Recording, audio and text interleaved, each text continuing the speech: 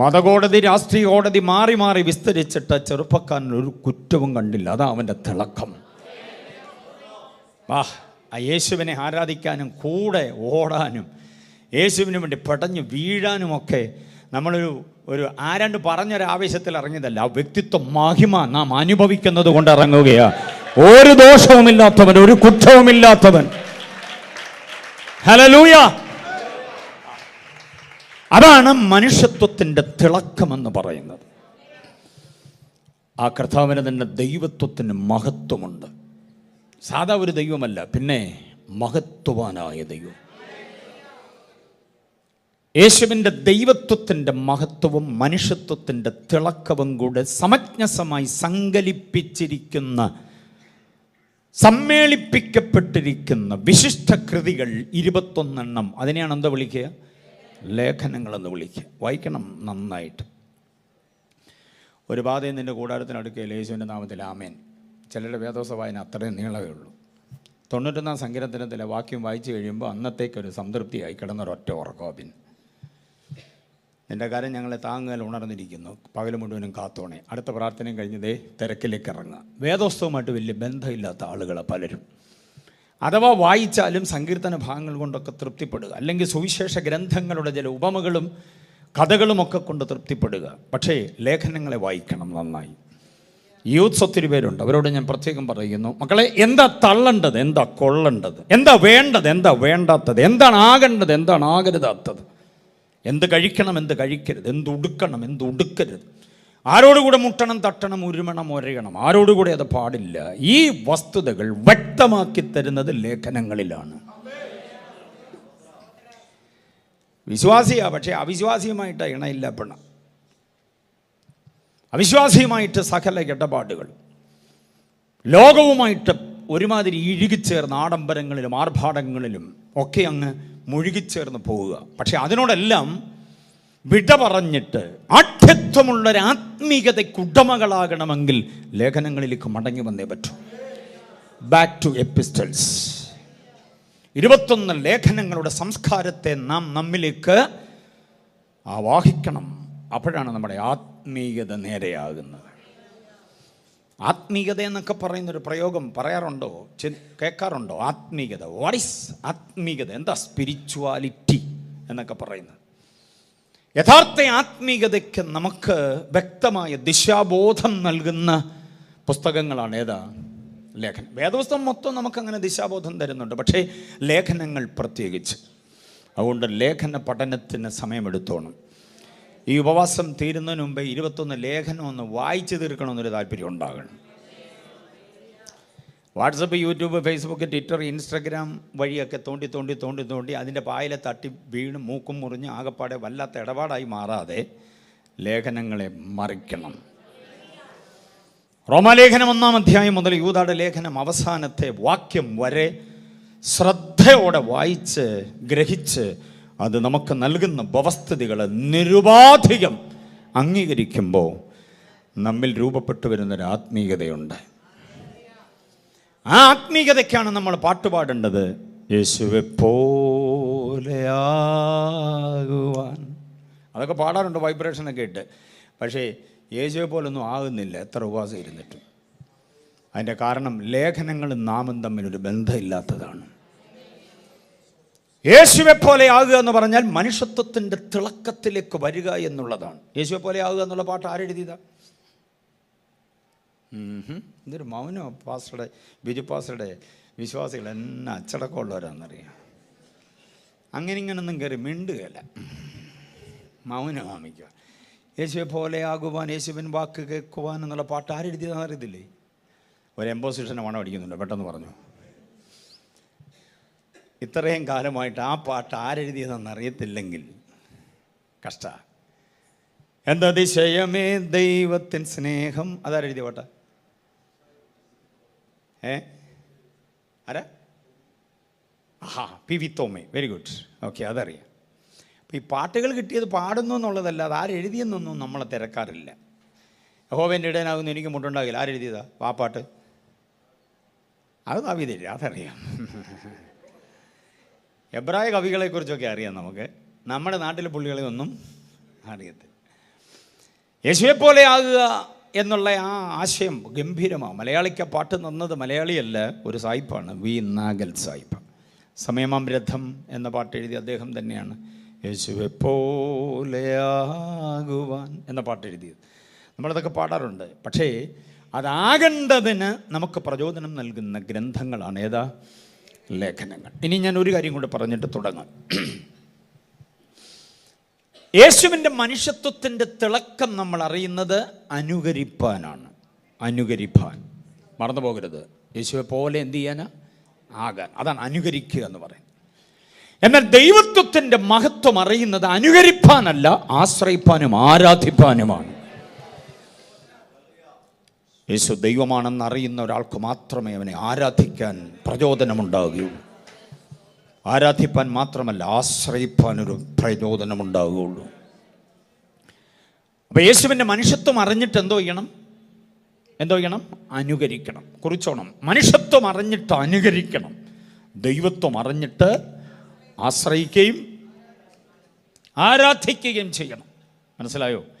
യേശു യേശു യേശു എന്ന് മാത്രമാണ് നമ്മൾ സാധാരണ ഉപയോഗിക്കുന്ന പ്രയോഗം.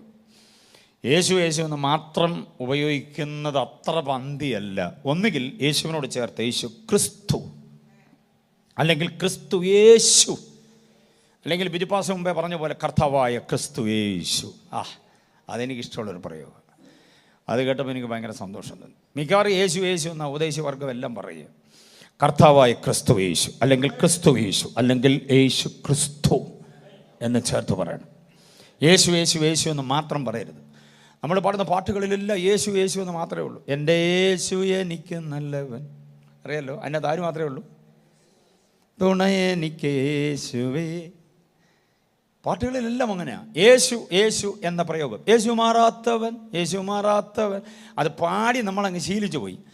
അത് ഈ കീബോർഡിൻ്റെ കറുത്തതും വെളുത്തതുമായ കട്ടകളിലൂടെ വിരലോടിക്കാൻ സ്കെയിൽ കിട്ടുന്നത് ആ യേശു എന്നുള്ള പ്രയോഗം മാത്രമാണ്.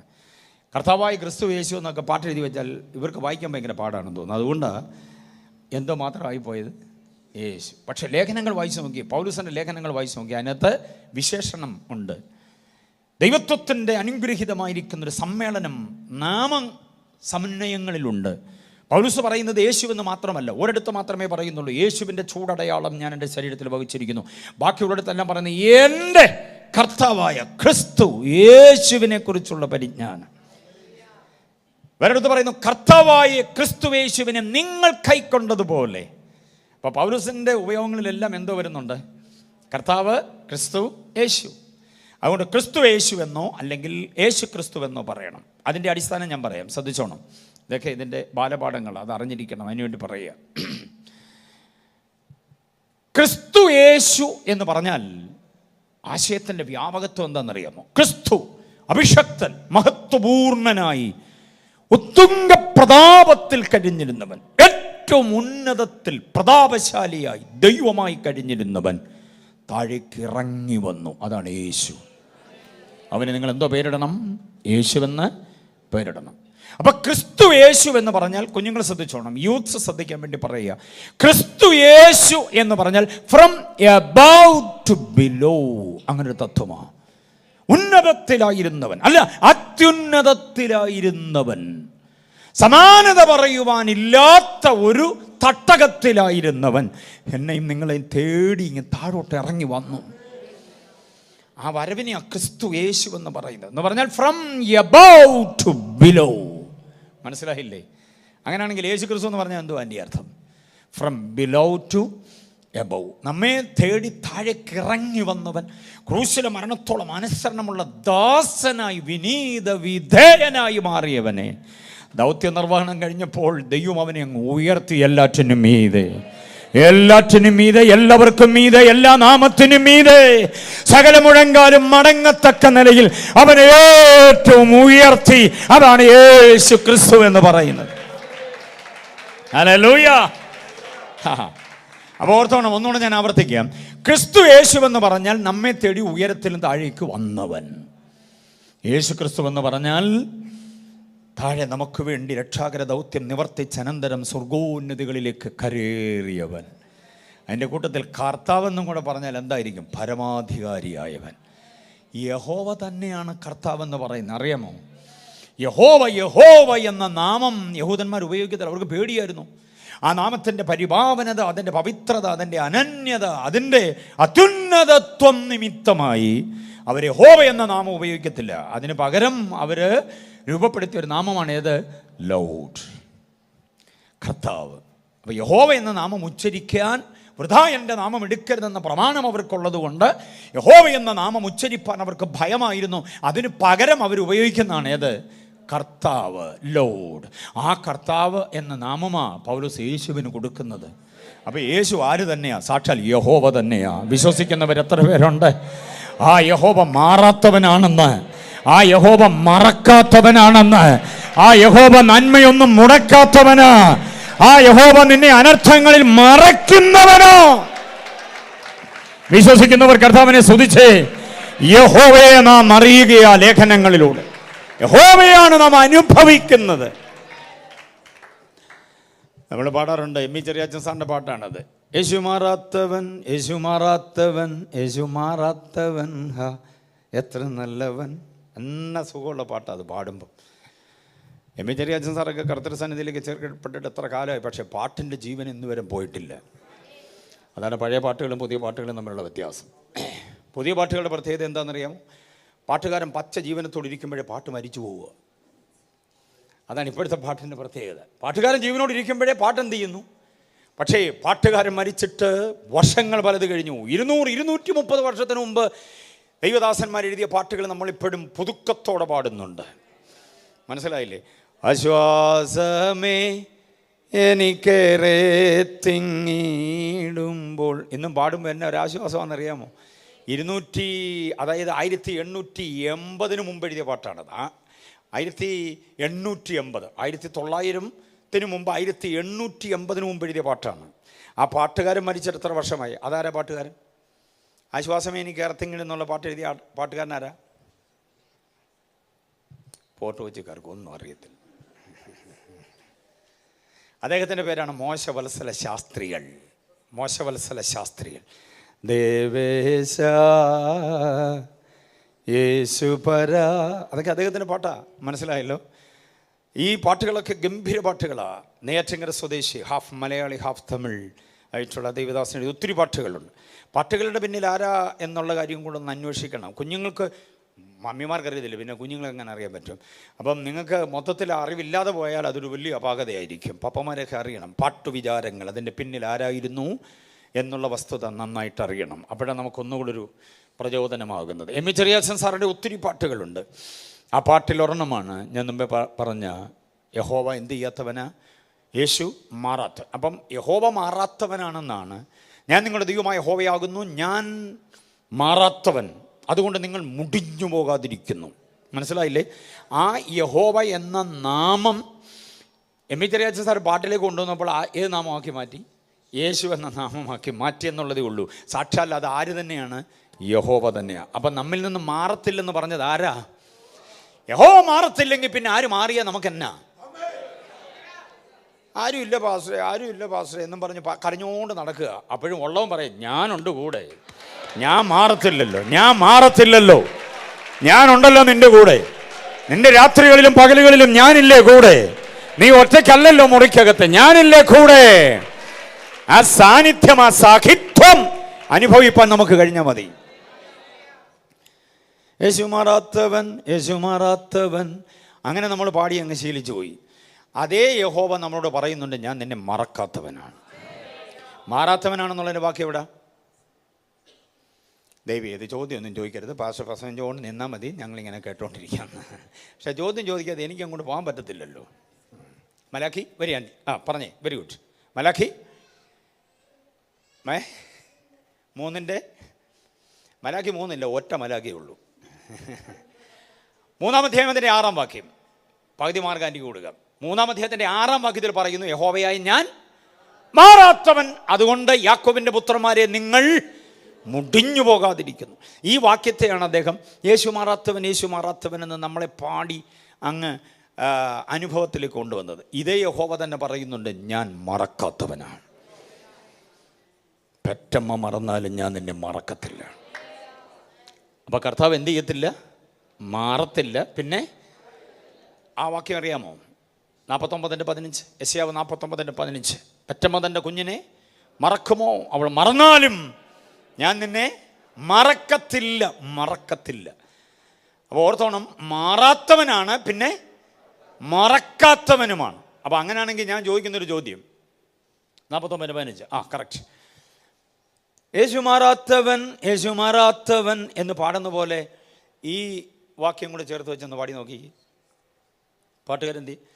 യേശു മറക്കാത്തവൻ, യേശു മറക്കാത്തവൻ, യേശു മറക്കാത്തവൻ, എത്ര നല്ലവൻ. ഒക്കുന്നുണ്ടോ? പാട്ടൊക്കുന്നുണ്ടോ എന്നല്ല, വരി ഒക്കുന്നുണ്ടോ എന്നാണ് ചോദിച്ചത്. യേശു മാറാത്തവനാണെങ്കിൽ യേശു ആരും കൂടെയാണ്? മറക്കാത്തവനാണ്. എത്ര പേർക്ക് മനസ്സിലാകുന്നുണ്ട്?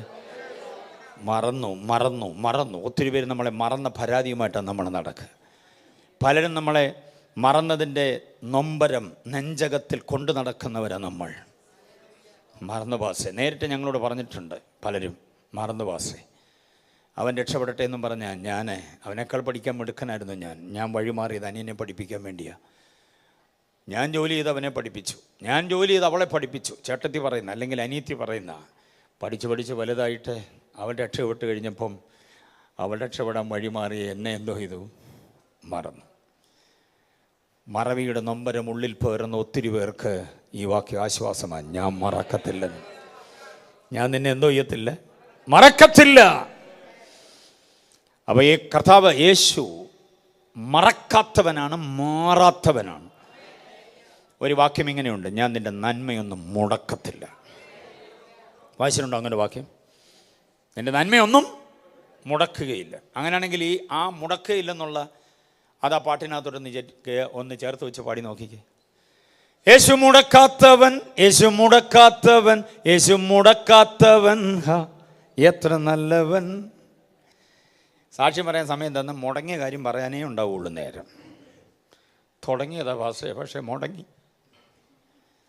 കച്ചവടം തുടങ്ങിയതാ, പക്ഷേ മുടങ്ങി. കൊച്ചിൻ്റെ കല്യാണ ആലോചനയൊക്കെ ഇങ്ങനെ വന്നതാ, അതെന്ത് ചെയ്തു പോയി? വാഗ്ദത്തം കിടക്കുന്നത് ഞാൻ മുടക്കത്തില്ലെന്ന്. പിന്നെ ആരാ മുടക്കിയെന്ന് കണ്ടുപിടിക്കേ. മുടക്കത്തില്ലെന്ന് ഒരുവൻ തൻ്റെ അടുത്തോടെ പറഞ്ഞെങ്കിൽ പിന്നെ മുടങ്ങിയതിൻ്റെ കാരണം എന്തുവെന്ന് കണ്ടുപിടിക്കണം. ആ കാരണം കണ്ടുപിടിക്കാനുള്ള യോഗമാ ഉപവാസ പ്രാർത്ഥന.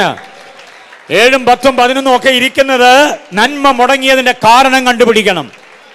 നമ്മുടെ കുഴപ്പം കൊണ്ടാ മുടങ്ങിയതെങ്കിൽ നേരെയാകണം. അതല്ല, പിശാചിന്റെ ചെങ്കോല് നമ്മുടെ അനുഗ്രഹത്തിന് മേൽ വെച്ചിരിക്കുന്നെങ്കിൽ താട്ടിക്കളയണം അതിനെ. എന്നിട്ട് അനുഗ്രഹത്തെ തിരികെ പ്രാപിക്കണം. അതിനുവേണ്ടിയ ഉപവാസവും പ്രാർത്ഥനയും. എത്ര പേർ സമ്മതിക്കുന്നുണ്ട്? എത്ര പേർ വിശ്വസിക്കുന്നുണ്ട്? നീതിമാന്റെ അവകാശത്തിന്റെ മേൽ ദുഷ്ടന്റെ ചെങ്കോൽ ഇരിക്കാൻ പാടില്ല. അഭിഷേകത്തിന്റെ നിറവോടെ അതിനെ താട്ടിയെടുത്ത് കളയാൻ കൃപ പ്രാപിച്ച് എഴുന്നേറ്റ് വരണം. നീ ഒതുങ്ങി ഇരുന്നു പോകരുത്. നന്മയെ തടയുന്ന ശത്രുവിനെ മാറ്റിക്കളഞ്ഞിട്ട് മുൻപോട്ട് കുതിക്കാൻ കഴിയണം. എത്ര പേര് സമ്മതിക്കുന്നുണ്ട്? ദൈവത്തെ സ്തുതിച്ച് മഹത്വപ്പെടുത്തിക്കേ. ഹല്ലേലൂയ. നന്മ മുടക്കാത്തവൻ. എവിടെ വാക്യം? മുടക്കത്തില്ലെന്നുള്ളതിൻ്റെ വാക്യം. മുടക്കത്തില്ലെന്നുള്ളതിൻ്റെ വാക്യം എന്താ? പാട്ടുമൊക്കെ പാടി ആരാധിച്ച് സ്തോത്രമൊക്കെ പറഞ്ഞ് ഇങ്ങനെ പോവുക. വേദവസം വായിക്കുന്നില്ലേ? പേടി കിട്ടാതിരിക്കാൻ തലയുടെ കിഴി വെട്ടുകത്തിയുടെ കൂടെ വെച്ചോണ്ട് കിടന്ന് ഉറങ്ങുന്ന ഉപകരണമാണ് വേദവസം പലർക്ക്. നേരോടെ നടക്കുന്നവർക്ക് അവനൊരു നന്മയും അത്രയും കൂടെ പറഞ്ഞപ്പോൾ ഏതാണ്ടെന്ന് തെളിഞ്ഞു വരുന്നുണ്ടല്ലേ. സ്തോത്രം. 84 സംഖ്യത്തിന് 11 വാക്യമാണ്. 84:11. അപ്പോൾ ആദ്യം ഞാൻ പറഞ്ഞത് കർത്താവ് എന്തോ ചെയ്യത്തില്ല? മാറത്തില്ല. രണ്ടാമത് പറഞ്ഞത് കർത്താവ് മറക്കത്തില്ല. മൂന്നാമത്തേത് മുടക്കത്തില്ല. അനർത്ഥങ്ങളിൽ അവൻ നമ്മെ മറയ്ക്കുന്നവനും കൂടെ. കർത്താവ് ആരാ? മറയ്ക്കുന്നവൻ. ഇപ്പം എത്ര മായായി? പറ. 4 മായായി. മായിൽ തന്നെ ഇത് തന്നെ എന്തിനാണെന്നറിയാവോ? മറക്കാതിരിക്കാനാ. ചുമ്മാ കരഞ്ഞോണ്ട് അതിലേ നടക്കാതിരിക്കാൻ വേണ്ടിയാണ്. മനസ്സിലാകുന്നുണ്ടോ? പരാതിയും പങ്കവും പറഞ്ഞ് അയ്യോ പൊത്തോ പറഞ്ഞ് അതിലേ നടക്കരുത്. ഈ 4 കാര്യങ്ങൾ ടോണിക്കായിട്ട് ഏറ്റെടുക്കണം രാവിലെ.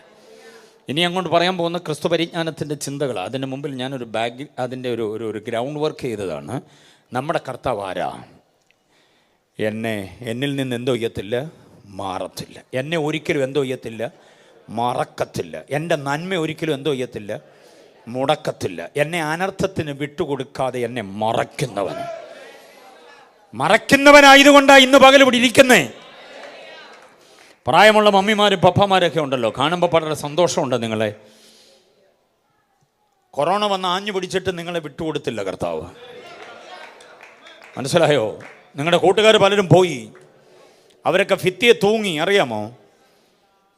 അവരുടെയൊക്കെ ഓർമ്മയുടെ മുമ്പിൽ 1-2 വർഷം കഴിഞ്ഞു. ഇപ്പം നിങ്ങളെ, നരച്ച തലയുള്ള നിങ്ങളെ ഇവിടെ ഇന്ന് പകലിൽ ഇവിടെ കൊണ്ടിരുത്തിയത് അവൻ മറച്ചതുകൊണ്ടാ.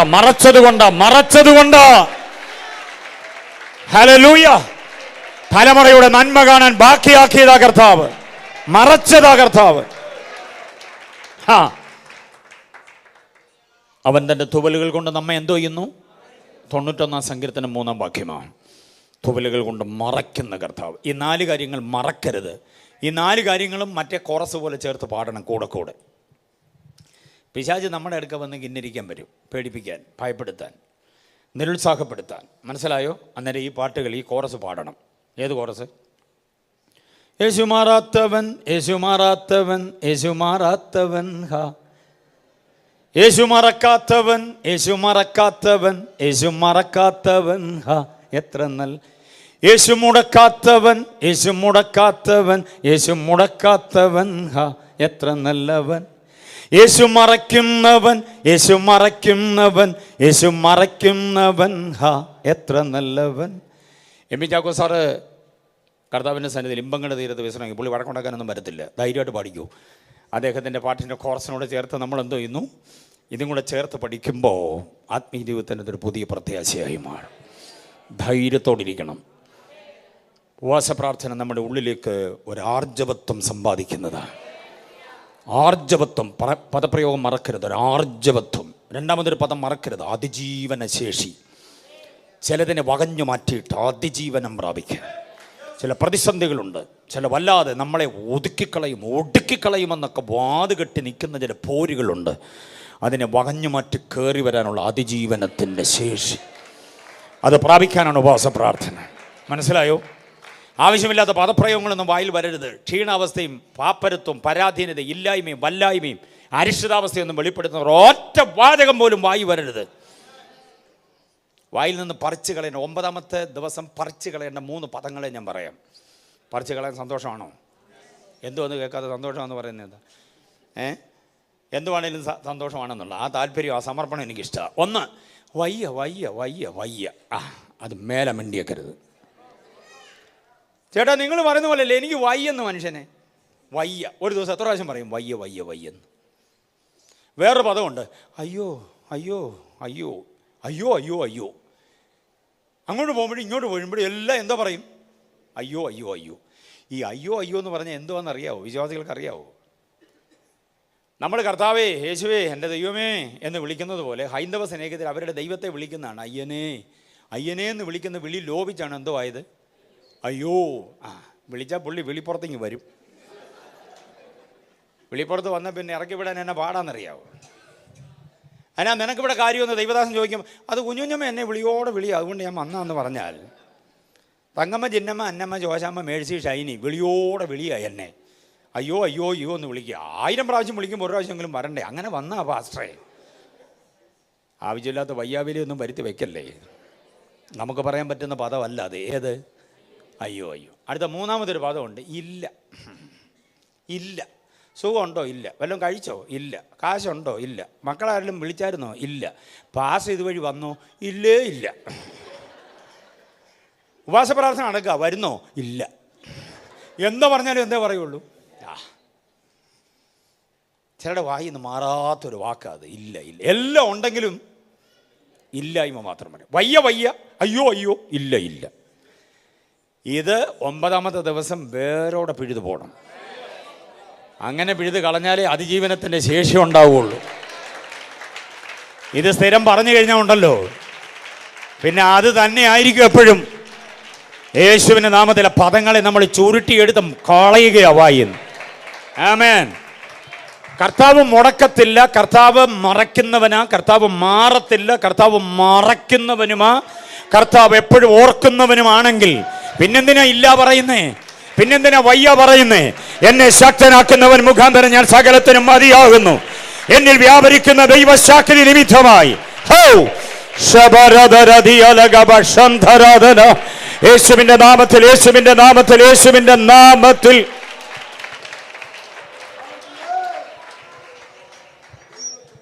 കൊലോസ്യ ലേഖനത്തിലേക്ക് നമ്മൾ പ്രവേശിക്കുകയാണ്. അപ്പം എൻ്റെ സന്ദേശത്തിൻ്റെ ഒരു തുടക്കം, ഇൻട്രൊഡക്ഷൻ അവസാനിപ്പിച്ചുകൊണ്ട് വാക്യത്തിലേക്ക് നമ്മൾ പ്രവേശിക്കുകയാണ്. പഠിക്കുന്ന ഇഷ്ടമാണോ? ആമേൻ, സ്തോത്രം. ഉപവാസപ്രാർത്ഥനയിൽ നിങ്ങളോടൊപ്പം ആയിരിക്കുന്നതിൽ വളരെ സന്തോഷമാണ്. ഉപവസിക്കുകയും പ്രാർത്ഥിക്കുകയും ചെയ്യുമ്പോൾ നമ്മൾ ദൈവത്തോട് സംസാരിക്കുകയാണ്. ദൈവത്തോട് സംസാരിക്കുന്ന മഹത്തായ കർമ്മമാണ് പ്രാർത്ഥന. അതിൻ്റെ 9ാം ദിനത്തിലേക്ക് വരികയാണ്. പ്രാർത്ഥന നടക്കുമ്പോൾ തന്നെ സമയം കിട്ടുമ്പോൾ വചനം ധ്യാനിക്കുകയും ചെയ്യണം, വചനം വായിക്കുകയും ചെയ്യണം. ഇത് രണ്ടും തമ്മിലുള്ള വ്യത്യാസം എന്താണെന്നറിയാമോ? ഇതിൻ്റെ രണ്ടിൻ്റെ പ്രത്യേകത എന്താണെന്നറിയാമോ? അങ്ങനെ പ്രാർത്ഥിക്കുമ്പോൾ നമ്മൾ ദൈവത്തോട് സംസാരിക്കുന്നു, വചനം ധ്യാനിക്കുമ്പോൾ ദൈവം നമ്മോട് സംസാരിക്കുന്നു. എത്ര പേർക്ക് മനസ്സിലായി? പ്രാർത്ഥിക്കുമ്പോൾ നമ്മൾ എന്തോ ചെയ്യുന്നു? ദൈവത്തോട് സംസാരിക്കുന്നു. വചനം വായിക്കുമ്പോൾ നമ്മൾ ദൈവശബ്ദം കേൾക്കുകയാണ്. അങ്ങനെയാണെങ്കിൽ ആരാധിക്കുമ്പോൾ നമ്മൾ ദൈവത്തിന് കൊടുക്കുകയാണ്, ദൈവത്തിന് വിളമ്പുകയാണ്. അപ്പം പ്രാർത്ഥന, വചനധ്യാനം, ആരാധന, ഇത് മൂന്നും കൂടെ ഒരുമിച്ച് സമന്വയിച്ച് പോകുന്ന ദിനങ്ങളാണിതെങ്കിൽ ദൈവത്തോട് സംസാരിക്കുന്നു, ദൈവം നമ്മോട് സംസാരിക്കുന്നു, ദൈവത്തിന് നമ്മൾ കൊടുത്തുകൊണ്ടേയിരിക്കുന്നു. ഇത് മൂന്നും ഒരേപോലെ. ചില വിശ്വാസികൾ ഇങ്ങനെ പ്രാർത്ഥിച്ച് ദൈവത്തോട് പറഞ്ഞിരിക്കുന്നവരാ. എന്നാ പ്രാർത്ഥനയാണ്, നമ്മളങ്ങ് അത്ഭുതപ്പെട്ടു പോകും. വേദോസം കൈ ഇങ്ങോട്ട് തൊടത്തില്ല. അങ്ങനെ ചില വിശ്വാസികളുണ്ട്. ആ പ്രകൃതം മാറണം. പ്രാർത്ഥിക്കുന്നത് എത്രയാണോ അത്രത്തോളം വചനം വായിക്കണം. കാരണം നമ്മൾ ഫോണെടുത്ത് വെച്ച് കാര്യം പറഞ്ഞുകൊണ്ടിരിക്കുകയാണ്. അവിടെ നിന്ന് ഇങ്ങോട്ട് പറയുന്നത് കേൾക്കണ്ടേ? അവിടെ നിന്ന് ഇങ്ങോട്ട് പറയുന്നത് കേൾക്കണമല്ലോ. അവിടെ നിന്ന് ഇങ്ങോട്ട് പറയുന്നത് കേൾക്കാൻ വചനം വായിച്ചേ പറ്റത്തുള്ളൂ. ദൈവം ഓൾറെഡി നമ്മളോട് സംസാരിച്ചതിനകത്ത് എഴുതിയിട്ടുണ്ട്. അത് നമ്മൾ വായിക്കുമ്പോൾ ഇത് മത്തായി, മർക്കോസും അല്ലെങ്കിൽ ദാവീദും മോശയൊക്കെ എഴുതി വെച്ച കാലം വലുതായിരിക്കാം. പക്ഷെ നമ്മൾ ഇപ്പോൾ ഇത് വായിക്കുമ്പോൾ ഫ്രഷായിട്ട് ദൈവം നമ്മോട് സംസാരിക്കുകയാണ്. അതിൻ്റെ ഒരു ആർജവത്വമുണ്ടല്ലോ, അതിൻ്റെ ഒരു ബലത്തിൻ്റെ വ്യാപാരമില്ലേ, അത് ഏറ്റെടുക്കണം നമ്മൾ. അതാണ് നമ്മുടെ പ്രശ്നങ്ങളെയും പ്രതിസന്ധികളെയും നമുക്ക് ഒഴിവാക്കി മുൻപോട്ട് കുതിക്കാനായിട്ട് പറ്റുന്നത്. അപ്പോൾ തന്നെ ആരാധിക്കാൻ കഴിയണം. ആരാധിക്കാനൊക്കെ ചിലർക്ക് എല്ലാ താളവും മേളവും ഒക്കെ വേണം, ഒരു വർഷിപ്പ് ലീഡറുടെ വായ്ത്താരിയൊക്കെ വേണം, എന്നാലേ ചിലർക്ക് ആരാധിക്കാൻ പറ്റും. ഇതൊന്നും ഇല്ലെങ്കിൽ മിണ്ടാതിരുന്ന് കളയും. പക്ഷേ ഇതൊക്കെ ഉള്ളത് നല്ലതാണ്. ഇതൊന്നും ഇല്ലാതെ ഒരു മുറിക്കകത്ത് ഒറ്റയ്ക്കിരിക്കുമ്പോഴും ആരാധിക്കാൻ പറ്റണം. അങ്ങനെ ആരാധിക്കാൻ പറ്റണമെങ്കിൽ ആത്മശക്തിയുടെ വ്യാപാരം നമ്മുടെ അകത്ത് നിറയണം.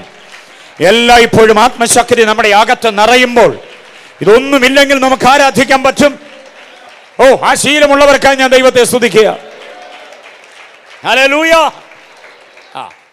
കീബോർഡിന് താളം കേട്ടില്ലേലും റിതംപാടിന് താളം കേട്ടില്ലേലും എന്തോ വേണം?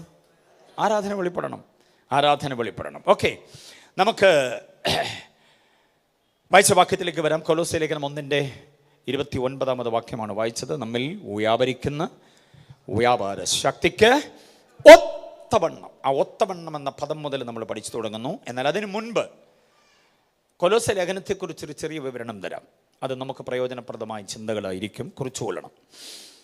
ആകെ ലേഖനങ്ങൾ എത്രയെന്ന് ചോദിച്ചപ്പോൾ 21 പറയാതെ മിണ്ടാതിരുന്ന സഭയോട് ഇൻട്രൊഡക്ഷൻ പറയാതെ പോയാൽ പറ്റത്തില്ല. നിങ്ങളത് അറിയണം. കൊലോസ്യ ലേഖനം എന്താണെന്നറിയണം. ഓക്കെ, കൊലോസ്യ ലേഖനം എന്ന് പറഞ്ഞാൽ ലേഖനങ്ങളുടെ രാജാവാണ്. The king of the epistle എന്നറിയപ്പെടുന്ന ലേഖനമാണേത്? കൊലോസ്യ ലേഖനം. ഇവിടുത്തെ സഭയിലെ വിശ്വാസികളൊക്കെ നന്നായിട്ട് വചനം പഠിക്കണം, വേദോസം നന്നായിട്ട് പഠിക്കണം. കാരണം നിങ്ങളുടെ പാസ്റ്റർ ഇൻ്റർനാഷണൽ പ്രഭാഷകനാണ്. ബിജു CX പാസ്റ്ററുടെ ചർച്ച് എന്നൊക്കെ പറയുമ്പോൾ അവർ ചിന്തിക്കുന്നത് പാസ്റ്ററെ പോലെ വേദവിജ്ഞാനികളാണ് ഇവിടെ ഉള്ളതെന്നാണ്. മനസ്സിലാകുന്നുണ്ടോ? ബൈബിളിൻ്റെ എൻസൈക്ലോപീഡിയാണ് ഇവിടെ ഇരിക്കുന്നതെന്നാണ്. ഇദ്ദേഹത്തിന് ഇത്രയും ജ്ഞാനമാണെങ്കിൽ അവിടുത്തെ വിശ്വാസികൾക്ക് എന്തായിരിക്കും എന്നാണ് അവർ ചിന്തിക്കുന്നത്. പാവങ്ങളുണ്ടോ അറിയുന്നു, ഇങ്ങനെയാന്ന് ഞാനാരോടും പറയത്തില്ല. പിന്നെ ഇവരിത് ഓൺലൈനിൽ വിട്ടെങ്കിൽ എൻ്റെ കുറ്റമല്ല. Praise the Lord. ഹല്ലേലൂയ. കൊലോസ്യ ലേഖനത്തിൻ്റെ ഒരു വിശേഷ നാമമാണ് the king of the epistles. ലേഖനങ്ങളുടെ രാജാവ് എന്ന് പറഞ്ഞാൽ ഉദ്ധിതനായ ക്രിസ്തുവാണ് ഇതിനകത്ത് നിറഞ്ഞു മുഴച്ച് മുറ്റി നിൽക്കുന്നത്. ക്രിസ്തു മാത്രമാണ് ഇതിനകത്ത്. ഉദ്ധിതനായ ക്രിസ്തു എന്ന് പറഞ്ഞാൽ പുനരുത്ഥാനം ചെയ്ത ക്രിസ്തു എന്ന് പറഞ്ഞാൽ ഹേ മരണമേ നിന്റെ ജയം എവിടെയെന്ന് ചോദിച്ച ഒരുവനെ ഉള്ള അതെൻ്റെ കർത്താവാ. ചോദ്യം കേട്ടോ, ഹേ മരണമേ. ഹേ എന്ന പ്രയോഗം തന്നെ ഒരാദരവും ഇല്ലാത്ത പ്രയോഗമാണ്. മനസ്സിലായില്ലേ?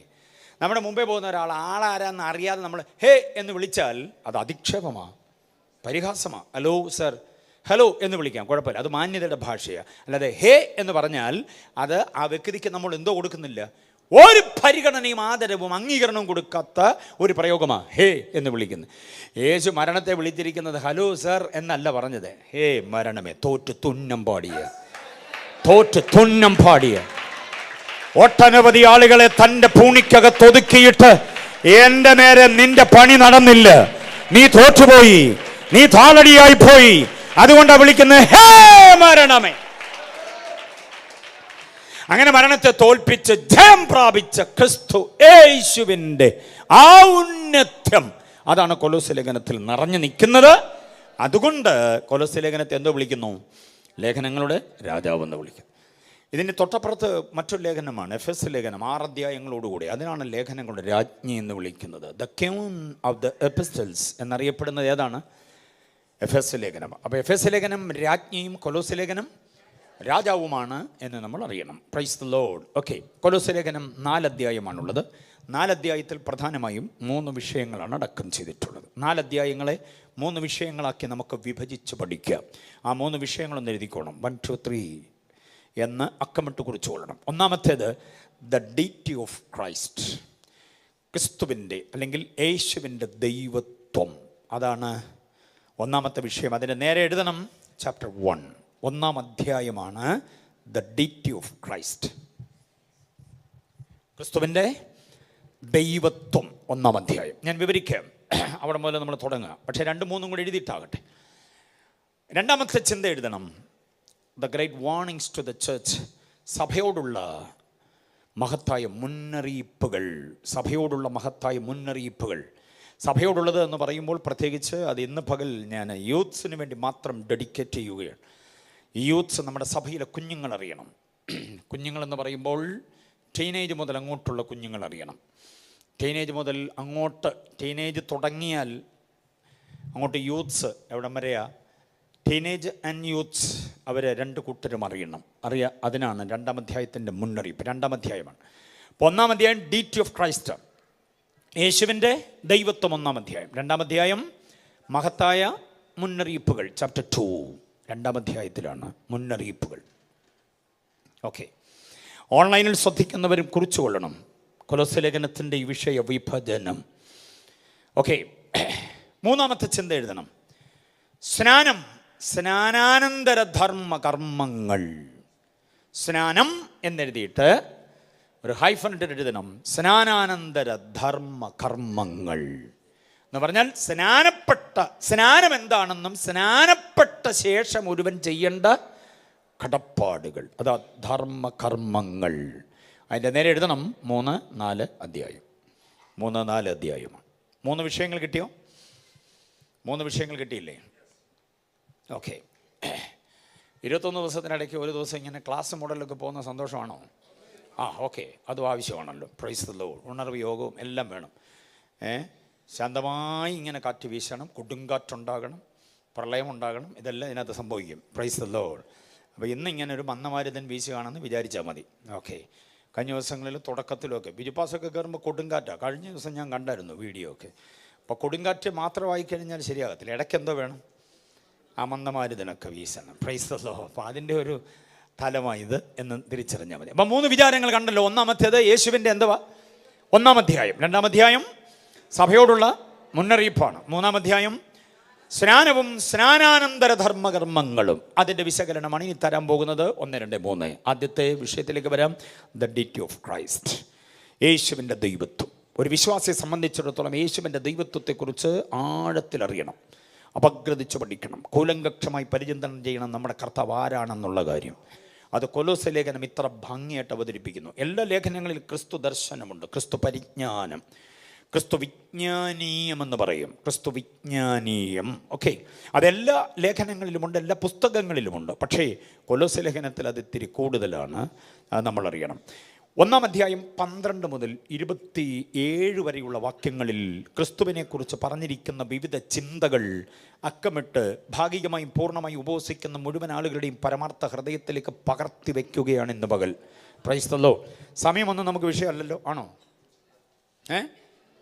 ആഹാ, എന്നാലും സമയമൊന്നും വിഷയമല്ല എന്നൊക്കെ പറഞ്ഞ ഒരു ദൈവദാസൻ എൻ്റെ കയ്യിലേക്ക് മൈക്ക് തരിക. സമയമൊന്നും വിഷയമല്ല. എബി എബ്രഹാമാണ് പ്രസംഗിക്കുന്നത്. എത്ര നേരം പോകുന്നൊന്നും അറിയത്തില്ല. എല്ലാവർക്കും സന്തോഷമാണ്. എല്ലാവരും പറഞ്ഞ സന്തോഷമാണ്. മൈക്കിങ് കൊണ്ട് തന്നിട്ട് അദ്ദേഹം എൻ്റെ ചെവിയിലോട്ട് പറഞ്ഞിട്ട് 1 മണിക്ക് നിർത്തണേന്ന്.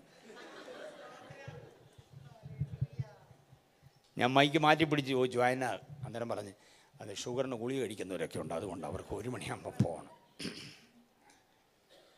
ഗുളിക കഴിക്കുന്നവർ ഇവിടെ ഇരുന്നാൽ കഴിച്ചാൽ മതി. Price the Lord. പഠിക്കാം നമുക്ക്. 1-ാം അധ്യായം 12 മുതൽ 27 വരെയുള്ള വാക്യങ്ങളിൽ ക്രിസ്തുവിൻ്റെ വിവിധ ഭാവ രൂപ വർണ്ണ വലിപ്പങ്ങൾ പൗലോസ് എന്ന അനുഗ്രഹിത ദൈവദാസൻ വിശദീകരിക്കുക. അത് നമ്മുടെ ജീവിതത്തിലേക്ക് അങ്ങോട്ട് സംശീകരിക്കണം. നാം ആശ്രയിക്കുന്ന, ആരാധിക്കുന്ന, അനുസരിക്കുന്ന, അംഗീകരിക്കുന്ന, നമ്മൾ അനുകരിക്കാൻ ശ്രമിക്കുന്ന കർത്താവ് ആരാണെന്നുള്ളത് ആഴത്തിൽ അങ്ങോട്ട് പഠിക്കണം. 12-ാമത് വാക്യം നോക്കിക്കേ. 1:12. വെളിച്ചത്തിൻ്റെ അവകാശത്തിലേക്ക് നമ്മെ നടത്തിയ ക്രിസ്തു. വെളിച്ചത്തിൻ്റെ. അപ്പം നമുക്കിപ്പോൾ കിട്ടിയിരിക്കുന്ന അവകാശം എന്തിൻ്റെ അവകാശമാണ്? അപ്പം മുമ്പുണ്ടായിരുന്ന അവകാശം എന്തിൻ്റെയാ? ഇരുട്ടിൻ്റെ അവകാശവും ഇരുട്ടിൻ്റെ ആധിപത്യവും ഇരുട്ടിൻ്റെ ശാപങ്ങളുമായിരുന്നെങ്കിൽ അത് വകഞ്ഞു മാറ്റി നമ്മെ വെളിച്ചത്തിലേക്ക് കൊണ്ടുവന്നൊരു ക്രിസ്തുവിനെ 12-ാം വാക്യം അവതരിപ്പിക്കുന്നത്. വെളിച്ചത്തിൻ്റെ അവകാശത്തിന് നമ്മളെ അധികാരികളാക്കിയ ക്രിസ്തു. മനസ്സിലായില്ലേ? അപ്പം ജീവിതം ഇപ്പോൾ എന്തിൻ്റെ ആയി? വെളിച്ചത്തിൻ്റെ ആയി. മക്കളെ, വെളിച്ചത്തിൻ്റെ പ്രത്യേകത എന്താണെന്ന് പറയുമോ? പഠിക്കുന്ന കുഞ്ഞുങ്ങൾ, ഫിസിക്സ് പഠിക്കുന്നവരാണ്. വെളിച്ചത്തിൻ്റെ പ്രത്യേകത എന്തുവാ? വെളിച്ചത്തിൻ്റെ പ്രത്യേകത എന്തുവാ? വെളിച്ചത്തിൻ്റെ ഒത്തിരി പ്രത്യേകതകളുണ്ട്. അതിൽ ഏറ്റവും പ്രധാനമായ പ്രത്യേകത വെളിച്ചം നേർരേഖയിൽ സഞ്ചരിക്കുന്നതാണ്. മനസ്സിലാകുന്നുണ്ടോ? വളഞ്ഞു പൊളഞ്ഞു പോകത്തില്ല. വക്രതയില്ലാത്ത ഒന്നാണ് ഏത്? വെളിച്ചം. ഇരുട്ടൊട്ടുമില്ല അതിനകത്ത്. മനസ്സിലായില്ലേ? വെളിച്ചത്തിന് മുമ്പിൽ ഇരുട്ടിന് നിൽക്കാൻ പറ്റത്തില്ല. അങ്ങനെയാണെങ്കിൽ കർത്താവ് ആരാണെന്ന് ചോദിച്ചാൽ നമ്മെ വെളിച്ചത്തിന് അവകാശിയാക്കി മാറ്റിയവനാണ്. ഇരുട്ടിൻ്റെ അധികാരത്തിൻ്റെ ആധിപത്യ വ്യവസ്ഥയിൽ നിന്ന്, അതിൻ്റെ അതീശത്വത്തിൽ നിന്ന് നമ്മെ പിടിച്ചെടുത്ത് വെളിച്ചത്തിലേക്ക് കൊണ്ടുവന്നു.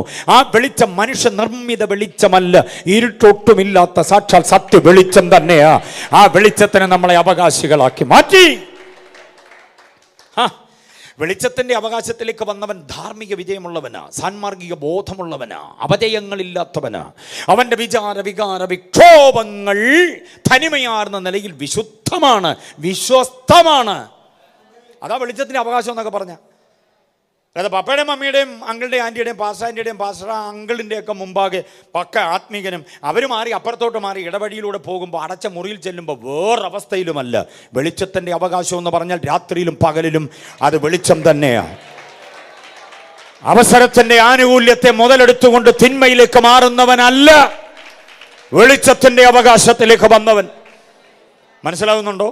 വെളിച്ചത്തിൻ്റെ അവകാശം ധാർമ്മിക മൂല്യമാണ്. വെളിച്ചത്തിൻ്റെ അവകാശം സാൻമാർഗിക ബോധമാണ്. വെളിച്ചത്തിൻ്റെ അവകാശം ആത്മീക ബോധ്യമാണ്. വെളിച്ചത്തിൻ്റെ അവകാശം സത്യം, ന്യായം, നീതി, ധർമ്മം, കണ്ടോ, ആദിയായ സദ്ഗുണങ്ങളുടെ സമുന്നയമാണ്. ജീവിതത്തിൽ സത്യമില്ലാത്തവൻ ആരാധിച്ചിട്ടെന്ന കഥ. ജീവിതത്തിൽ വിശ്വസ്തതയില്ലാത്തവൻ ആരാധിച്ചിട്ടെന്ന കഥ. വ്യക്തിബന്ധങ്ങളോട് വിശ്വാസപാതകം ചെയ്യുന്ന ഒരുവൾ ആരാധിച്ചിട്ടെന്ന കഥ. നാത്തൂനുമായി മിണ്ടത്തില്ല, അമ്മാവിയമ്മയുടെ മുഖത്ത് നോക്കത്തില്ല, മരുമോളെ ഇഷ്ടമല്ല, മരുമോനെ ഇഷ്ടമല്ല, സ്വന്തം മോൾക്ക് ചെലവിന് കൊടുക്കുന്ന മരുമോനെ ഇഷ്ടമല്ല, സ്വന്തം മോൻ്റെ കൂടെ താമസിക്കുന്ന മരുമോളെ കാണുമ്പോൾ സാത്താൻ ഗുരുജി കാണുന്ന പോലെ. പക്ഷേ ശാലൻ രാജൻ പാടിക്കഴിഞ്ഞാൽ അമ്മച്ചിയെ പിടിക്കാൻ 4 പേര് വേണം. ആത്മീയതയല്ല അതൊന്നും. അതൊന്നും ആത്മീയതയല്ല. അതൊന്നും വെളിച്ചത്തിൻ്റെ അവകാശമല്ല. എൻ്റെ മോള, മരുമോളെന്നല്ല, എൻ്റെ മോള, എൻ്റെ മോന, മരുമകനെന്നല്ല, എൻ്റെ അമ്മാവിയമ്മയല്ല, എൻ്റെ മമ്മിയാ, എൻ്റെ പപ്പായ എന്ന് പറയാൻ കഴിയുന്ന ബന്ധങ്ങളുടെ സുതാര്യത. അതാ വെളിച്ചത്തിൻ്റെ ജീവിതം. കീറുകിറിപ്പോ അതും ഇതുമെല്ലാം അകത്ത് വെച്ചുകൊണ്ട് വല്ലാത്തൊരിടപാട്. കർത്തൃമേശയൊക്കെ ഉള്ളപ്പോൾ വിശുദ്ധ ചുമ്മനൊക്കെ ഉണ്ടോ ഇവിടെ? വല്ലപ്പോഴും ഉള്ളായിരിക്കും അല്ലേ? ഉണ്ടല്ലോ അല്ലേ? പണ്ടൊക്കെ ആയിരുന്നു ഇങ്ങനെ വട്ടം നടന്ന് എല്ലാവർക്കും കൊടുക്കണമായിരുന്നു. കൊറോണ വന്നപ്പോൾ പറയാം അടുത്ത് നിൽക്കുന്നവർ മാത്രം അങ്ങോട്ടും ഇങ്ങോട്ടും കൊടുത്താൽ മതി. അതുകൊണ്ട് കർത്തൃമേശ ഉള്ള അന്ന് ഇഷ്ടമുള്ളവരുടെ അടുക്ക പോയേ ഇരിക്കത്തുള്ളൂ. മനസ്സിലായില്ലേ? ഒരിക്കൽ അറിയാതെ വേറൊരു അമ്മച്ചിയാണെന്നും പറഞ്ഞ് അമ്മാവിയമ്മയ്ക്ക് ഒരു ഉമ്മ കൊടുത്തു. ഉമ്മ കൊടുത്തിട്ട് തിരിഞ്ഞപ്പോഴാണ് അറിയുന്നത് ആരാ. അമർത്തി അങ്ങ് തുടക്കി, സ്വോത്രം പറഞ്ഞങ്ങ് തുടക്കിയ. സ്വോത്രം. വെളിച്ചത്തിൻ്റെ അവകാശമല്ല ഇതൊന്നും. വെളിച്ചത്തിൻ്റെ അവകാശത്തിലേക്ക് നമ്മെ കൊണ്ടുവന്ന ക്രിസ്തു. കർത്താവിൻ്റെ ജീവിതം മൊത്തം വെളിച്ചം. അറിയാമോ, ഞാനും വലിയൊരു കുറ്റവും കാണുന്നില്ലെന്ന് നിയമത്തിൻ്റെ അവസാന വാക്കായി പീലാത്തോസ് വിളിച്ചു പറയുന്നത് വെളിച്ചത്തിൻ്റെ തൽസ്വരൂപത്തെ നോക്കിയാണ് പറയുന്നത്. ഇരുട്ടൊട്ടുമില്ല, അകത്ത് മറച്ചു വെച്ചിരിക്കുന്നതും മാറ്റിവെച്ചിരിക്കുന്നതും ആർക്കും കണ്ടുപിടിക്കാനാവാത്തതുമായി നിഗൂഢതകളില്ലാത്ത സുതാര്യതകളുടെ ആളത്വം. ആ ആളത്വം നമ്മെ കൊണ്ടുവന്നത് വെളിച്ചത്തിലേക്കാണ്. ദാമ്പത്യം, സാമ്പത്തികം, സാമൂഹ്യ വ്യവസ്ഥിതി, സ്വഭാവവസ്ഥിതി എല്ലാം ക്രിസ്റ്റൽ ക്ലിയർ ആകുക. അതാണ് അതിൻ്റെ സംഗതി. ആണോ? ക്രിസ്റ്റൽ ക്ലിയർ ആണോ? ദാമ്പത്യ ജീവിതം 9-ാം ദിവസം ചോദ്യങ്ങൾ ചോദിക്കുന്നതിൻ്റെ കാരണം എന്താണെന്നറിയാം? ഉൾത്തടത്തോട് ഞാനല്ല, എബി എബ്രഹാം അല്ല ചോദിക്കുന്നത്, വചനം നമ്മോട് സമ്പാദിക്കുക. ദാമ്പത്യ ജീവിതം സുതാര്യമാണോ? മാതാപിതാക്കളുടെ ബന്ധം സുതാര്യമാണോ? മക്കളെ, പപ്പയോട് പറഞ്ഞത് ശരിയാണോ? മമ്മിയോട് പറഞ്ഞത് കറക്റ്റാ, സത്യമായിരുന്നോ? വലിയേട്ടനോട് പറഞ്ഞത് സത്യമായിരുന്നോ? നീ എവിടെയായിരുന്നു ഇതുവരെ എന്ന് ചോദിച്ച ചോദ്യത്തിന് ബ്ലോക്കായിരുന്നെന്നാ മറുപടി. എറണാകുളം അല്ലേ, ബ്ലോക്ക് ഉണ്ടാകും. പിന്നെ എവിടെയായിരുന്നെന്നുള്ളത് ഉടയവന് മാത്രമേ അറിയാവൂ. നീ എവിടെ ബ്ലോക്കായി എന്നുള്ളതാ പ്രശ്നം. മനസ്സിലായോ? നിന്നെ ആര് ബ്ലോക്കാക്കി എന്നുള്ളതാണ് വിഷയം. സുതാര്യത വേണം, സുതാര്യത. നമ്മുടെ ക്രിസ്ത്യ ജീവിതത്തിന് സുതാര്യത ഉണ്ടോ ഇല്ലയോ, ബന്ധങ്ങളിൽ സുതാര്യത ഉണ്ടോ ഇല്ലയോ, വിശ്വാസ പാതകമുണ്ടോ ഇല്ലയോ എന്നുള്ളതിന് ഒറ്റ തെളിവ് ഞാൻ തരാം. മൊബൈൽ ഫോണിൽ ലോക്ക് ഉണ്ടോ എന്ന് അന്വേഷിച്ചാൽ മതി. 9-ാമത്തെ ദിവസം ലോക്ക് പൊളിച്ചിട്ട് പോകാവൂ. മോൻ്റെയോ മോളുടെയോ ഫോൺ എടുത്ത് വെച്ചിട്ട് മമ്മിക്ക് അത്യാവശ്യം ഒരു കോള് വിളിക്കണമെന്നുണ്ടെങ്കിൽ M വരച്ചു, O വരച്ചു, K വരച്ചു, L വരച്ചു, പ്ലസ് വരച്ചു, മൈനസ് വരച്ചു, തുറന്നു വരുന്നില്ല. അതിനാ തുറക്കാത്തേ? 9 മാസം 9 ദിവസം 9 നാഴിക 9 വിനാഴിക നിന്നെ വയറ്റി ചുമന്നുകൊണ്ട് നടന്ന നിൻ്റെ മമ്മിക്ക് നിൻ്റെ ഫോൺ എടുത്ത് വിളിക്കാൻ പറ്റത്തില്ലെങ്കിൽ എന്തോ സുതാര്യത ജീവിതത്തിൽ. ഞാൻ പറയുന്നത് മനസ്സിലാവുന്നുണ്ടോ? ഒരു കട്ടിലിൽ ഒരു പുതപ്പിൻ്റെ കീഴിൽ കിടന്നുറങ്ങുന്ന ഭാര്യയും ഭർത്താവും പരസ്പരം ഫോണ് അവർക്ക് കൈകാര്യം ചെയ്യാൻ പറ്റത്തില്ലെങ്കിൽ ഭാര്യ അറിയാത്തൊരു ലോക്ക് നമ്പറുണ്ടോ? സുതാര്യത ഇല്ലെന്ന് അതിൻ്റെ അർത്ഥം. കുളിക്കാൻ കയറുമ്പോഴും മൊബൈൽ ഫോണും കൊണ്ട് ബാത്റൂമിൽ കയറുന്നതിൻ്റെ കാര്യം എന്താണെന്ന് പറ. തോർത്തെടുക്കാൻ മറന്നു പോകുന്ന പുള്ളിയാണ്, ഫോൺ എടുക്കാൻ മറക്കുന്നില്ല. മനസ്സിലായോ? കുളി കഴിഞ്ഞിട്ട് പ്ലീസ് മോളൂ ആ തോർത്തൊന്ന് തരാവോ എന്ന് ചോദിക്കുന്ന പുള്ളികളുണ്ട്. അയ്യോ, അത് ഞങ്ങളുടെ പുള്ളിയുടെ കാര്യം, ഈ പുള്ളി അങ്ങനെ അറിഞ്ഞെന്നേ ചിലർ എന്നെ ഇങ്ങനെ വണ്ടടിച്ച് നോക്കുന്നു. തോർത്തെടുത്തോണ്ട് കയറാൻ മറന്ന പുള്ളി എന്തോ എടുക്കാൻ മറന്നിട്ടില്ല. അതിനകത്ത് വെള്ളം ഒഴിച്ച് കഴിയുമ്പം സോപ്പും പതയും കൂടെ വരുന്ന ആപ്പ് വല്ലതും ഉണ്ടോ മൊബൈൽ ഫോണിനകത്ത്? അങ്ങനെ പുതിയ സംവിധാനം വല്ലതും ഉണ്ടോ? ഇല്ല. എന്നിട്ടും ഇത് കൊണ്ട് കയറണം. കാരണം കുളിക്കുന്ന അത്ര നേരം കൊണ്ട് വാട്സപ്പിൽ വല്ലതും വന്ന മഹോദരം തുടങ്ങല്ലേ പിന്നെ. അപ്പം അതുകൊണ്ട് ഇത് കൊണ്ട് കയറിയേ പറ്റത്തുള്ളൂ. ഭാര്യ അറിയാത്തൊരു ലോക്ക് ആഴ്ചയാഴ്ച നീ മാറുന്നുണ്ടെങ്കിൽ എൻ്റെ അർത്ഥം സുതാര്യതയില്ലെന്നാ, പ്രകാശത്തിലായില്ലെന്നാ എൻ്റെ അർത്ഥം. മകനെ മകളെ ദാസ ദാസി എന്നൊക്കെ പറഞ്ഞ് 400 കന്യഭാഷയും പറഞ്ഞ് പ്രവചനദൂതൊക്കെ ആണെങ്കിൽ യോഗ ഉണർവായിരുന്നെന്നും ഇങ്ങനെയുള്ളതൊന്നും അത്രയും അങ്ങോട്ട് സൂഹിക്കുന്നില്ലെന്നും ആയിരിക്കും.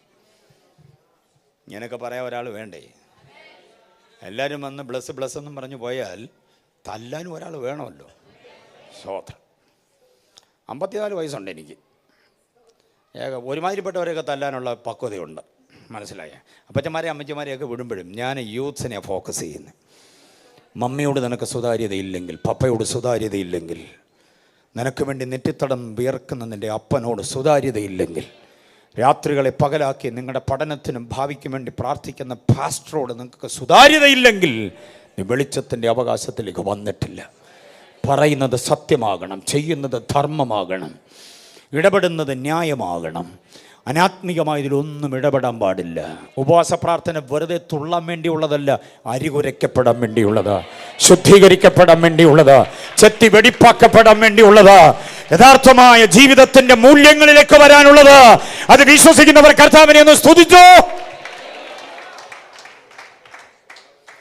13-ാം വാക്യം നോക്കിക്കോ. 13-ാം വാക്യത്തിൽ 4 കാര്യമാണ് ക്രിസ്തുവിനെ കുറിച്ചുള്ളത്. 13-ാം വാക്യം. 12-ാം വാക്യത്തിൽ വെളിച്ചത്തിന്റെ അവകാശത്തിലേക്ക് നമ്മെ കൊണ്ടുവന്ന ക്രിസ്തു. 13-ാം വാക്യത്തിൽ പറഞ്ഞു സ്നേഹസ്വരൂപനായ ക്രിസ്തു. ക്രിസ്തു ആരാ? സ്നേഹത്തിന് രൂപമുണ്ടോ? ഉണ്ട്. അത് ക്രിസ്തുവാണ്. 13-ാം വാക്യത്തിൽ വേറൊന്ന് പറയുന്നു, ഇരുട്ടിന്റെ അധികാരത്തിൽ നമ്മെ വിടുവിച്ച ക്രിസ്തു. കണ്ടോ? വെളിച്ചത്തിലേക്ക് നമ്മെ കൊണ്ടുവന്നത് മാത്രമല്ല, ഇരുട്ടിന്റെ ആധിപത്യം നമ്മിൽ നിന്ന് എന്തോ ഇതു എടുത്തു മാറ്റി. ഇരുട്ടെന്ന് പറഞ്ഞാൽ എന്തോ അങ്ങളെ? ഇരുട്ടെന്ന് പറഞ്ഞാൽ എന്താ? അന്ധകാരം എന്ന് പറഞ്ഞാൽ എന്താ? പിശാചാണ്, ദുഷ്ടാധിപത്യം. മണ്ണ് എൻ്റേതാണെന്ന് വാദിക്കുന്ന ചില പോരുകൾ, ഈ വീട് എൻ്റേതാണെന്ന് വാദിക്കുന്ന ചില പോരുകൾ, ഈ ശരീരം എൻ്റേതാണെന്ന് വാദിക്കുന്ന ചില പോരുകൾ, ആ ദുഷ്ട വ്യാപാരത്തിൻ്റെ അതീശത്വം എടുത്തു മാറ്റി. അതാ കർത്താവ് നമുക്ക് വേണ്ടി ചെയ്തത്. 13-ാം അധ്യായത്തിൽ അന്ധകാരത്തിൻ്റെ ആധിപത്യം എടുത്തു മാറ്റി. മനസ്സിലായോ? 4-ാം തലമുറ മടങ്ങി വരണമെന്നുള്ളത് ദൈവത്തിൻ്റെ നിർണയവും ദൈവത്തിൻ്റെ പദ്ധതിയുമാണ്. എവിടെ നിന്ന്? മിസ്രൈമിൽ നിന്ന് 4-ാം തലമുറ മടങ്ങി വരണം. പക്ഷെ 4-ാം തലമുറ മടങ്ങി വരാൻ പാകമായി വളർന്നു നിൽക്കുമ്പോൾ ഫറവോൻ എന്ന ആധിപത്യം പറയുക വിടത്തില്ലെന്ന്. ആ വിടത്തില്ലെന്ന് പറയുന്നതാണ് അന്ധകാര ആധിപത്യം. ആ അന്ധകാര ആധിപത്യത്തിനോട് 9-ാമത് രാത്രി പകലിൽ നമ്മൾ സന്ധിയില്ലാത്ത സമരം ചെയ്യുകയാണ്. നിന്റെ ആധിപത്യത്തെ ഞങ്ങൾ തകർക്കുന്നു. നീ വിടത്തില്ലെന്ന് പറയുന്ന വ്യക്തികളെ, നീ മാറത്തില്ലെന്ന് പറയുന്ന കുടുംബങ്ങളെ, നീ ഇറങ്ങത്തില്ലെന്ന് പറയുന്ന ശരീരങ്ങളെ ഈ പകലിൽ ഞങ്ങൾ സ്വതന്ത്രമാക്കുന്നു. കാരണം കർത്താവ് ഇരുട്ടിന്റെ ആധിപത്യത്തെ തകർത്തവനാണ്. Yes, hallelujah. സുഹൃത്തെ, താങ്കളിൽ മുൻകോപം അധികരിക്കുന്നുണ്ടെങ്കിൽ ഓർത്തോണം, ഇരുട്ടിന്റെ ആധിപത്യം താങ്കളിലുണ്ട്. യെസ്, അനുസരണക്കേടിന്റെ ആധിപത്യമുണ്ടെങ്കിൽ ഓർത്തോണം, ഇരുട്ട് താങ്കളിൽ വ്യാപരിക്കുന്നുണ്ട്. ചർച്ചയില്ലാതെ മുൻകോപം, ധാർഷ്ട്യം, ധിക്കാരം, താൻ പോലും, അഹങ്കാരം, മാനിക്കേണ്ടവരെ മാനിക്കാൻ കഴിയുന്നില്ല. വെട്ടൊന്ന് തുണ്ടൻ്റെ അണ്ട എന്നുള്ള ഇടപാടാണ് താങ്കളിലെങ്കിൽ എന്തോ ഉണ്ടെന്ന അർത്ഥം? ഇരുട്ടുണ്ട്. ഉപവാസപ്രാർത്ഥനയിൽ ആ ഇരുട്ട് മാറണം. നമ്മൾ മാറ്റുകയല്ല, നമ്മിൽ നിന്നത് മാറ്റുന്നവൻ്റെ പേരാണ് സ്നേഹസ്വരൂപനായ കർത്താവ്. 13-ാം വാക്യത്തിൽ വീണ്ടും നമ്മൾ നോക്കുമ്പോൾ രാജാവാണ് ക്രിസ്തു. കാരണം അവൻ്റെ രാജ്യത്തിലേക്ക് നമ്മളെ കൊണ്ടുവന്നു. രാജ്യമുള്ളവൻ്റെ പേരെന്തുവാ? രാജ്യം ഭരിക്കുന്നവനാ രാജാവ്. അപ്പൊ നമ്മുടെ കർത്താവ് ആരാ? രാജാവ്. എത്ര പേര് വിശ്വസിക്കുന്നുണ്ട്? കർത്താവ് രാജാവാണ്. അവനാ രാജാവായി ഇനി വരാൻ പോകുന്നേ. മഹത്വത്തിന്റെ രാജാവ് പ്രവേശിക്കാൻ പോവുക. അതുകൊണ്ട് അടഞ്ഞു കിടക്കുന്ന വാതിലുകളെല്ലാം എന്ത് ചെയ്തേ പറ്റുള്ളൂ? തുറന്നേ പറ്റുള്ളൂ. എത്ര പേര് വിശ്വസിക്കുന്നുണ്ട്? ചില അടഞ്ഞു കിടക്കുന്ന വാതിലുകളെ തുറന്നിട്ട് മഹത്വത്തിന്റെ രാജാവ് പ്രവേശിക്കും. സാമ്പത്തികത്തിന്റെ ചില വാതിലുകൾ തുറക്കും. രോഗസൗഖ്യത്തിന്റെ ചില വാതിലുകളുണ്ട്, അത് തുറക്കണം. നിന്റെ തലമുറയ്ക്ക് ചില വാതിലുകളുണ്ട്, അത് തുറന്നേ പറ്റൂ. മഹത്വത്തിന്റെ രാജാവ് പ്രവേശിച്ചാൽ അടഞ്ഞു കിടക്കാൻ പറ്റില്ലൊരു വാതിലിനും. യേശു രാജാവാണ്. ഹല്ലേലൂയ, സ്തോത്രം. 13-ാം വാക്യത്തിൽ വേറൊരു കാര്യമുണ്ട്. ദൈവപുത്രനാണ് യേശു. ദൈവപുത്രൻ എന്ന് പറഞ്ഞാൽ ദൈവമാണെന്ന് തന്നെ അർത്ഥം. The exact image of God. ദൈവം തന്നെയാണ് ക്രിസ്തു. മനസ്സിലായോ? നമ്മളെല്ലാം കൂടെ ആരാധിച്ചങ്ങ് ദൈവം ആക്കിയതല്ല. അവൻ ദൈവം ആയതുകൊണ്ടാണ് നമ്മൾ ആരാധിക്കുന്നത്. ഇവിടെ പലരെ ആരാധിച്ചും പറഞ്ഞും പാടിയുമൊക്കെ ദൈവം ആക്കി വെച്ചേക്കുകയാണ്. ആ പാട്ട് നിന്ന് പോയാൽ അവരുടെ ദൈവത്വം പോവും. അവരുടെ പിന്നാലെയുള്ള ചില പിണിയാളുകളുണ്ട്, അവർ കൂടെ നിന്നില്ലെങ്കിൽ അവരുടെ ദൈവത്വം തരികടതിത്തയിന്ന് തറ വീഴും. പക്ഷെ നമ്മൾ സ്തോത്രം പറഞ്ഞും ആരാധിച്ചു സ്തോത്ര കാഴ്ച ഇട്ടും യേശുവിനെ ദൈവമാക്കിയതല്ല. അവൻ ദൈവമായതുകൊണ്ടാണ് നമ്മൾ അവന്റെ കൂടെ കൂടിയത്. യേശു സാക്ഷാൽ സത്യദൈവമാ, ദൈവം തന്നെ. ഹല്ലേലൂയ. അപ്പൊ നോക്കിയേ, സ്നേഹസ്വരൂപനാണ്, ഇരുട്ടിന്റെ ആധിപത്യത്തിൽ നമ്മെ വിടുവിച്ചവനാണ്, രാജാവാണ്, ദൈവമാണ്. അതാണ് 13-ാം വാക്യം. 13-ാം വാക്യത്തിൽ യേശുവിൻ്റെ മഹത്വം, ദ ഡീറ്റി, അങ്ങനെ അങ്ങോട്ട് വിവരിക്കുക പോലും. അതൊക്കെ നിന്ന് പറയാൻ ഒത്തിരി സമയം വേണേ. അതുകൊണ്ടാണ് ഞാൻ തൊട്ട് പറഞ്ഞു പോവുക.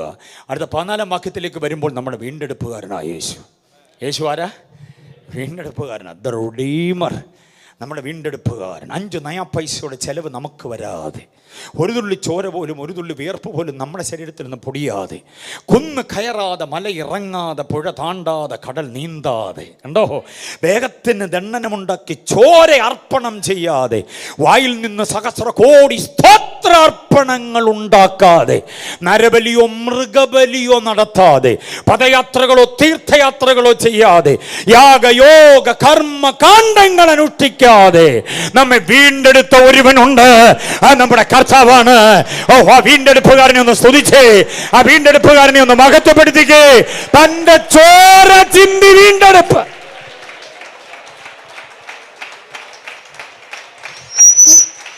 ഹല്ലേലൂയ. ഇവിടെ വീണ്ടെടുപ്പുകാരെന്നൊക്കെ പറഞ്ഞ് എഴുന്നേൽക്കുന്നവർക്കൊക്കെ വല്ലതും വേണം. നമുക്ക് എന്തോ കൊടുക്കാനാ? എന്തോ പകരം കൊടുക്കാൻ പറ്റുക? പണം കൊടുക്കാൻ പറ്റുമോ? പ്രാണൻ തന്ന് വീണ്ടെടുത്തവന് പണം കൊടുത്ത് തികയ്ക്കാൻ പറ്റുമോ? അംബാനിക്ക് പറ്റത്തില്ലല്ലോ, അദാനിക്ക് പറ്റത്തില്ലല്ലോ, ടാറ്റ ബിർളയ്ക്ക് പറ്റത്തില്ലല്ലോ, പിന്നെ നമുക്ക് പറ്റുമോ ആ പ്രാണന് പകരം പണം കൊടുക്കാൻ? സ്തോത്രം. നമുക്ക് പറ്റത്തില്ല. അതാണ് വീണ്ടെടുപ്പ്. എത്ര ശ്രേഷ്ഠമായൊരു വീണ്ടെടുപ്പ്. ഹല്ലേലൂയ. ബോവസ് അവൻ്റെ ചാർച്ചയിൽപ്പെട്ട ഒരു മുതലാളിയുണ്ട്. മുതലാളിയോട് പറയുന്നുണ്ട്, സർ വീണ്ടെടുക്കാൻ പറ്റുമോ? രൂത്തിൻ്റെ വസ്തുവകകൾ അവരുടെ പേരിൽ തീരെഴുതി കിട്ടിയ കുറേ ഭൂമിക ഇവിടെ അന്യാധീനമായി പോകുന്നുണ്ട്, വീണ്ടെടുക്കാൻ പറ്റുമോ എന്ന് ചോദിച്ചപ്പോൾ കുടുംബത്തിൽ വട്ടമേശ സമ്മേളനം കൂടി നിൽക്കുന്ന ചില പുള്ളികളുണ്ട്. അതിലൊരു പ്രമാണി ചാടി എഴുന്നേറ്റ് പറഞ്ഞു, പിന്നെന്താ, ഞാൻ വീണ്ടെടുത്തേക്കാം, ഭൂമിയല്ലേ, ഞാൻ വീണ്ടെടുത്തേക്കാം. അവൻ തയ്യാറായപ്പോൾ ബോവസ് അടുത്ത ഒരു ചോദ്യം കൂടെ പറയുന്നു. ആ ഭൂമി വീണ്ടെടുക്കുന്ന കൂട്ടത്തിൽ മൂത്ത മകൻ മകളുടെ ഭാര്യ രൂത്ത് 55 മൈൽ അകലെയുള്ള മോവാബിൽ നിന്ന് മടങ്ങി വന്നിട്ടുണ്ട്. അവളെയും കൂടെ എന്തോ ചെയ്യണം? പുള്ളി എഴുന്നേറ്റ് പോലെ അങ്ങിരുന്നു. അവളെ വീണ്ടെടുക്കാൻ പറ്റത്തില്ല. വസ്തുവോ വകയോ വല്ലോ ആണെങ്കിൽ, സ്ഥാവര ജംഗമ വസ്തുക്കൾ വല്ലോ ആണെങ്കിൽ ഞാൻ എന്തോ ചെയ്തോളാം, നാളെ എനിക്ക് ഗുണം ചെയ്യുന്ന കാര്യമാണ്. ഒരു വിധവയെ വീണ്ടെടുക്കാൻ എന്നെ കൊണ്ട് പറ്റുകയില്ല. അവനവിടെ ഇരുന്നു. പിന്നെ അടുത്ത ചാൻസ് ബോവസിന്. ബോവസ് പറഞ്ഞു, ഞാൻ ഏറ്റു. ആ ബോവസിൽ നാം യേശുവിനെ കാണണം.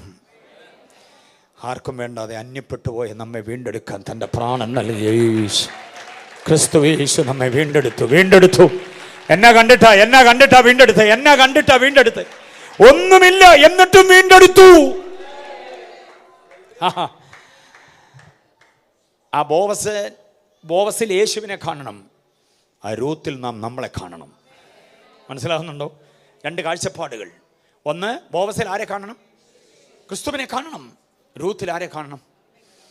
പ്രിയമുള്ളവരെ, ഞാൻ 9-ാം ദിവസം ഒരു കാര്യം പറയാം. രൂത്തിനെ പോലെ ജീവിതത്തെ അങ്ങോട്ട് നോക്കിക്കണ്ടാൽ നീ അനുഗ്രഹിക്കപ്പെടും. തീർച്ചയായും. 1-ാം അധ്യായത്തിൽ വീണ് കിടക്കുന്ന കതിർമണികൾ പെറുക്കാൻ ഇറങ്ങിയ രൂത്തിനെ ഓർത്ത് നോക്കിയേ. എന്തോയ്യോ ഇപ്പോൾ പണി എന്തുവാ? പെറുക്കി നടക്കുക. കൊയ്യുന്നവരുടെ പാദത്തിനടിയിൽപ്പെട്ട് ചെളിയിൽ പൂന്തു പോകുന്നതിന് മുമ്പേ നന്മണികൾ എന്തോ ചെയ്യാണ്? പെറുക്കി കൂടയിലാക്കുക. 10 മണി പെറുക്കണമെങ്കിൽ എത്ര പ്രാവശ്യം കുനിയണം? 10 പ്രാവശ്യം കുനിയണം എന്ന് വരണം. മനസ്സിലായോ? നാട്ട വെയിലത്താണെന്ന് ഓർത്തോണം. വയലിറങ്ങി കൊയ്ത്തുകാരുടെ പിന്നാലെ നടന്ന് പെറുക്കി നടക്കുക. 2 വയറ് കഴിയണം. 2 വയറ്.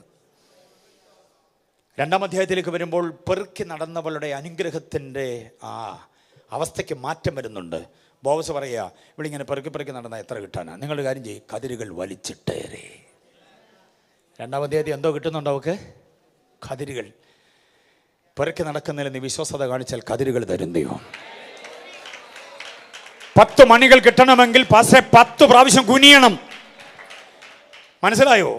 10 മണി കിട്ടണമെങ്കിൽ എത്ര പ്രാവശ്യം കുനിയണം? ഒറ്റ പ്രാവശ്യം കുനിഞ്ഞൊരു കതിര് കിട്ടിയാൽ അതിൽ 100 മണികൾക്കപ്പുറത്തുണ്ട്. ചിലരോട് ദൈവം കൽപ്പിക്കാൻ പോവുക, നിനക്ക് ചില കതിരുകൾ തരാൻ.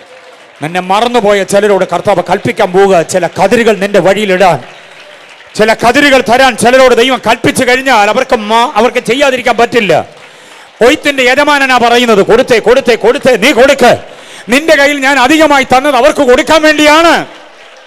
യെസ്. മോവാബിലെ ഇഴയടുപ്പമുള്ളവരൊന്നും അല്ല കതിര് വലിച്ചിടുന്നത്. ബന്ധോ സ്വന്തം ഒന്നുമില്ല. എന്നാലും കർത്താവ് കൽപ്പിച്ചാൽ കതിര് തന്നേ പറ്റൂ. ദൈവം ചിലരോട് കൽപ്പിക്കുമെന്ന്. നീ നെഞ്ചകത്തിൽ കൊണ്ടു നടക്കുന്ന ചില വിമ്മിഷ്ടമുള്ള വിഷയങ്ങളുണ്ടല്ലോ, അതെങ്ങനെ വീട്ടുമെന്നോർത്ത് നിരാശപ്പെടുന്നില്ലേ? ആ വഴിയറിയാത്ത ചില ഇടങ്ങളിൽ നിന്ന്, നീ വിസ്മയിച്ചു പോകുന്ന ചില ഇടങ്ങളിൽ നിന്ന്, ഒരിക്കലും നീ പ്രതീക്ഷിക്കാത്ത ചില ഇടങ്ങളിൽ നിന്ന് ചില കതിരുകൾ നിന്റെ നേരെ വരാൻ പോവുകയാ. വിശ്വാസത്തോടെ ഏറ്റെടുക്കുന്നവർ ദൈവത്തെ സ്തുതിക്ക്. രൂത്തിൽ നമ്മളെ നോക്കിക്കാണ്. രൂത്തിനോട് കർത്താവ് ബോവസ് പറഞ്ഞ പോലെ നമുക്ക് വേണ്ടി കർത്താവ് ചിലരോട് സംസാരിക്കുക. നിന്റെ കുഞ്ഞിൻ്റെ അഡ്മിഷന് വേണ്ടി, നിന്റെ കുഞ്ഞിൻ്റെ പഠനത്തിൻ്റെ ഫീസിന് വേണ്ടി, അവിടെ ഭാവിക്ക് വേണ്ടി കർത്താവ് ചിലരോട് കൽപ്പിക്കും. അപ്പോൾ 1-ാം അധ്യായത്തിൽ കതിർമണി പെറുക്കി നടന്നവൾക്ക് ഇപ്പം എന്തോ കിട്ടി? കതിരുകൾ കിട്ടി. സ്വതന്ത്രം. ഇനി മറ്റൊരു ചിന്തയോട് തരാം. കതിർമണിയും കതിരും പെറുക്കണം നീ കണ്ടത്തിലിറങ്ങിയേ പറ്റുള്ളൂ, ചെളി ചവിട്ടിയേ പറ്റുള്ളൂ, വെയിൽ കൊണ്ടേ പറ്റുള്ളൂ. 3-ാമത്തെ അധ്യായത്തിൽ ബോവസ് പറയുക, നീ കണ്ടത്തിലോട്ട് പോകണ്ട, നിന്റെ വസ്ത്രം ഇങ്ങോട്ട് പിടിക്കുക, ഞാൻ അളന്ന് തരാം. രാത്രിയുടെ നിശബ്ദതയിൽ നീ മാത്രം കേൾക്കുന്നൊരു ശബ്ദം, വസ്ത്രം ഇങ്ങോട്ട് പിടിക്കുക, ഞാൻ അളന്ന് തരാം. വിശ്വാസത്തിൻ്റെ വസ്ത്രം കൊണ്ട് നീട്ടിപ്പരത്തി പിടിച്ചു കൊടുക്കാവോ? അളന്നു തരും. അളന്നു തരുന്ന ആരാന്നറിയോ? വേലക്കാരനല്ല, മുതലാളി തന്നെ അളന്നു തരികയാണ്. 6 അടങ്ങഴി ആളം അവിടെ കയ്യിലോട്ട് കൊടുത്തു. സ്വോത്രം. വീണ്ടെടുപ്പുകാരൻ അളന്നു തരുമെന്ന് വിശ്വസിക്കുന്നവർ എത്ര പേരുണ്ട്? അവൻ ആളെന്ന് തന്നത് അവൾ ചുമന്നുകൊണ്ട് പോകുകയോ. സ്തോത്രം. വിശ്വാസത്തോടെ ഏറ്റെടുത്താണോ ഈ സ്തോത്രമൊക്കെ പറയുന്നത്? കൈയടിച്ച് ആരാധിക്കുന്നതൊക്കെ എനിക്ക് ആവേശം തരാനാണോ, അതോ ഈ പറയുന്ന ചിന്ത നിങ്ങൾ വിശ്വാസത്തോടെ ഏറ്റെടുത്തോണ്ടാണോ? പ്രൈസ്. നിങ്ങളാരും ആവേശം തന്നില്ലല്ലോ, ഞാനിതുപോലെ ഒന്ന് പ്രസംഗിക്കും, കുഴപ്പമൊന്നുമില്ല. എന്നെ ആവേശം കയറ്റാൻ വേണ്ടി നിങ്ങൾ കൈയടിക്കൊന്നും വേണ്ട. ഈ പറയുന്ന ചിന്തകൾ ആത്മീയമാണെന്ന് ഏറ്റെടുത്ത് സ്തോത്രം ചെയ്താൽ അത് സംഭവിക്കാൻ പോവുക. മണിക്കൂറുകൾക്കകത്ത് അത് സംഭവിക്കാൻ പോവുക. ദൈവത്തിൻ്റെ പ്രവൃത്തി ജീവിതത്തിൽ വെളിപ്പെടാൻ പോവുക. ദൈവം അനുഗ്രഹിക്കും, ദൈവം അനുഗ്രഹിക്കും. ചില നന്മകൾ നിന്റെ മടിയിലേക്ക് അളന്നു തരും. ഹല്ലേലൂയ. അവൾ വസ്ത്രം അങ്ങോട്ട് നീട്ടിപ്പിടിച്ചു, 6 അടങ്ങഴി അളന്നു കൊടുത്തു. അതിന് 6 ഉള്ളായിരുന്നു? അല്ല, ഇഷ്ടം പോലുണ്ട്. നീ അത്ര എടുക്കത്തുള്ളൂ, അതുകൊണ്ടാ അത്ര എടുക്കത്തുള്ളൂ. രൂത്തെ, നീ ഇതും ചുമന്നുകൊണ്ട് പോകണ്ടേ വീട്ടിലോട്ട്? നീ എടുക്കാവുന്ന ഭാരത്തിൽ നിനക്ക് തരിക. അപ്പോൾ അനുഗ്രഹം ഇപ്പോൾ എത്രാമത്തെയായി? വീണ് കിടന്ന കതിർമണി ഒന്നാമത്തേത്, രണ്ടാമത്തെ എന്തുവാ? കതിരുകൾ, മൂന്നാമത്തെ എന്തുവാ? 4മത്തെ എനിക്ക് ഏറെ ഇഷ്ടം. ദൈവം അനുഗ്രഹിക്കാൻ തുടങ്ങി നിർത്തത്തില്ല, അതിങ്ങനെ അങ്ങ് തുടർന്നുകൊണ്ട് പൊക്കോണ്ടിരിക്കും. 4മത്തേത് കേൾക്കണോ മക്കളെ? ഇവള് പെറുക്കി നടന്ന കണ്ടം അവിടെ പേരിൽ തീറ് കിട്ടുകയാണ്. ബോവസ് അവിടെ സ്വന്തമാകുക, മുതലാളി അവിടെ സ്വന്തമാകുക, കൊയ്ത്തുകാർ അവളുടെ അധീനതയിലാകുകയാണ്. അവൾ അവിടുത്തെ മുതലാളിയായി മാറുകയാ. അവൾ എല്ലാറ്റിനും മീതെ വരികയാ. ദൈവം അവളുടെ ലേബൽ മാറ്റുക. എത്ര പേര് ഏറ്റെടുക്കുന്നുണ്ട്? എത്ര പേർക്ക് മനസ്സിലായി? ലേബൽ മാറ്റുന്ന ഒരു കർത്താവ്, ലേബൽ മാറ്റുന്ന ഒരു വീണ്ടെടുപ്പുകാരൻ. Yes, hallelujah. ഇപ്പോൾ അവളതിൻ്റെ അവകാശിയായി, അറിയാമോ? പെറുക്കി നടന്ന കണ്ടത്തിൻ്റെ അവകാശിയായി മാറി. ആ വയലേലകൾ മുഴുവനും അവിടെ സ്വന്തമായി മാറി.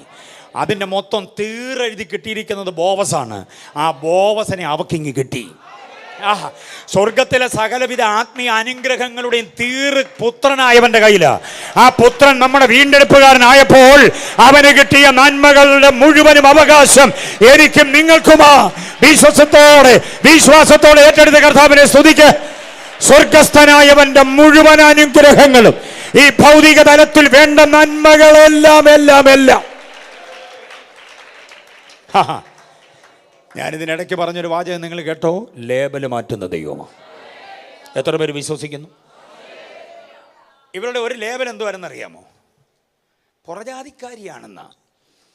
അകത്ത് വന്നപ്പോൾ അതങ്ങ് മാറി. സ്തോത്രം. ബോവസിന്റെ ഭാര്യാപദം കിട്ടിയപ്പോൾ പുറജാതി എന്നുള്ളത് എന്ത് ചെയ്തു? മാറി. വേറൊരു ലേബൽ എന്ത് വരുന്നെന്നറിയാമോ? വിധവയാണെന്നുള്ളതാ. ഭർത്താവ് മരിച്ചുപോയി, വിധവയാണെന്നുള്ളതാ. വിവാഹം കഴിഞ്ഞ് പാദങ്ങ് മാറി. നമുക്ക് ഇതുപോലെ കുറേ ലേബലുണ്ട് അച്ഛാ. ഉപവാസ പ്രാർത്ഥന ഇവിടെ തുടങ്ങിയത് വർഷം നടക്കുന്നതിൻ്റെ ചടങ്ങനുസരിച്ച് നടത്തിയതല്ല. ഈ വർഷം ഇത് നടത്തുന്ന ഒരു പ്രത്യേക നിർണയപ്രകാരം. ചിലരുടെ ലേബല് മാറ്റാൻ വേണ്ടിയാ, ചില ലേബല് മാറ്റിത്തരാൻ വേണ്ടി ദൈവത്താൽ സംഭവിച്ച മഹത്വരമായ ഒരു പദ്ധതിയാണിത്. വിശ്വാസത്തോടെ കർത്താവിനെ സ്തുതിക്ക്.